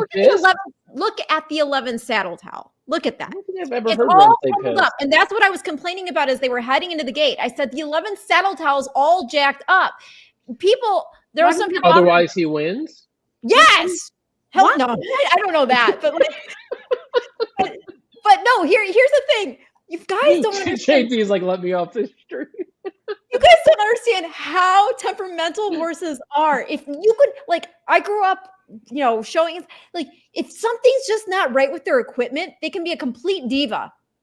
This horse's freaking saddle cloth, as they were heading to the gate, I don't know if you heard me complaining. I was like, look at her saddle towel. It was all freaking bunched up under the girth. What the heck? I'd be mad if I were I would. Oh, okay, that's fine. Show me a 1 at least. Tell me the 1 got past the 3. Give me the 1. I thought the 3 was definitely 4th. Alexa, I just wish they would have stayed on that view. I wish they would have stayed on that view because it was like Family Feud. It was like, what's going to come next? Is it 1? No, that was exciting. I like that. Alexa, if you cash, you've got to come to Saratoga next weekend. Let's just agree to that right here. Right? Well, I didn't play that race. No, not this. If you cash in the tournament, not tournament. we will see what happens. There was a 6-1 that beat me, but that don't count me out ever. We wouldn't dare. We wouldn't dare. All right. So, but did the one get third? We want to see the surveys. Yeah. Hey, 15-1. Okay. Look at Whoa, this. the 11 were up at 7-1. This might be a decent try. Ooh. Okay. What'd you have, a 20-cent try? What'd you do? I bet it for $1. Look at you. Well, I mean, it's not going to make up for what I lost in the Oaks, but it's a start. It's a start. All right, awesome stuff. This has been a lot of fun. Sorry I jumped on late. JD, thank you for running point. I'll kick it to you. No, thanks, Dan, and we had a great time on Woodbine Live today. And Dan mentioned we've got several other Woodbine broadcasts coming up, including the King's Plate, which is just 28 days away. I know that sounds crazy, but it's 28 days away. And again, make sure you're marking on your calendars Saturday this year, not Sunday, as it has been in the past. Saturday, August 17th. Dan and the gang will be there on the 16th and 17th, 2 days of broadcasts. And then we'll be back in September with the Woodbine Mile Day, the International Turf Festival Day at Woodbine without the International being run. So I guess it's just the Turf Festival now. But fair enough. I misspoke there. I'm just trying to pad so we can see how much you got on this trifecta. Really what I'm trying to do. We're going to see the payout. I'm going to guess it's going to pay $122. We should have this like do type music canned on these. Did we say something about how Vivas just about beat us again? Vivas did what Zavivas. I hope she did there, because even though I used her in the ticket, I was hoping she'd finish off the board. Yeah, so your prices for sure.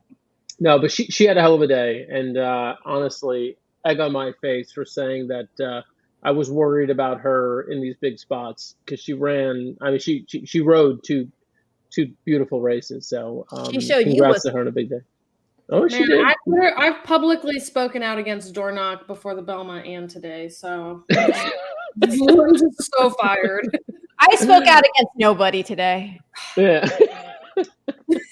But except for your husband when you didn't pick up the phone. Here we go. $1 try, $100. 105. Okay, I guess 122. So is that an underpay? You should have played the super, because hot cargo. The super paid $377.95 for a buck.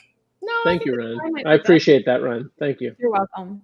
Thank you. All right, Ren, where can people find you for more about Breeders' Cup and everything you love to talk about with the 2-year-old? Well, on Tuesdays, we have the Future Stars forecast on Breeders' Cup Social, where we talk to the connections of some 2-year-olds you need to keep your eye on as we get ever closer to the Breeders' Cup World Championships and Future Stars Friday. And also, I do a series called Full Fridays for them, and I will be featuring a baby coming up next week by Life is Good. So you want to stay tuned for that. Nice. Very cool. Alexa, what do you got going on over at DRF? Yeah, so you can find, I do weekly segments every week, hence the weekly. And that's on our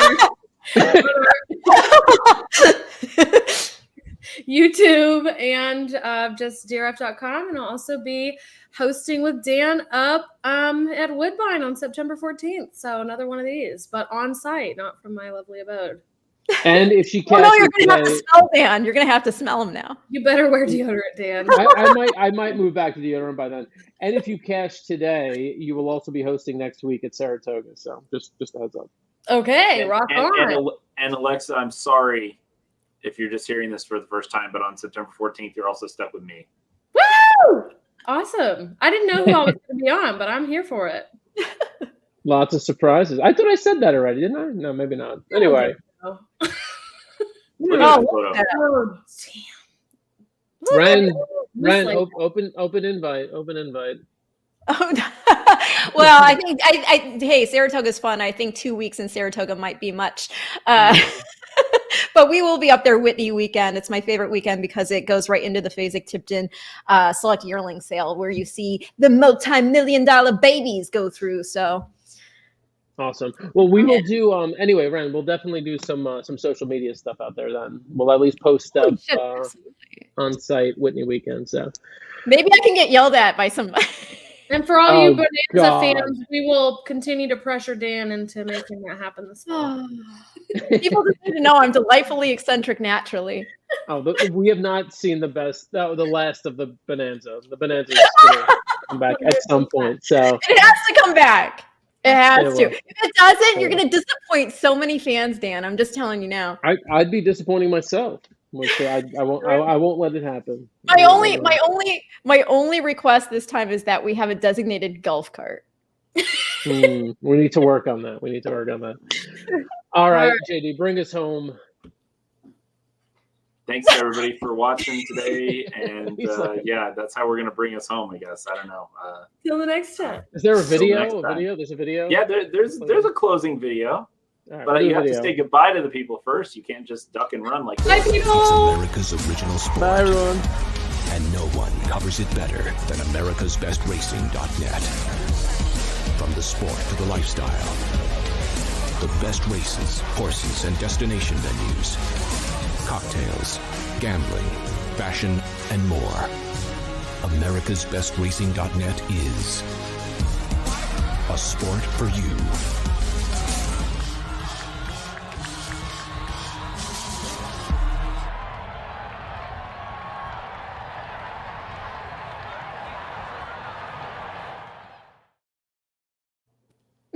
All right. We're still live, I think.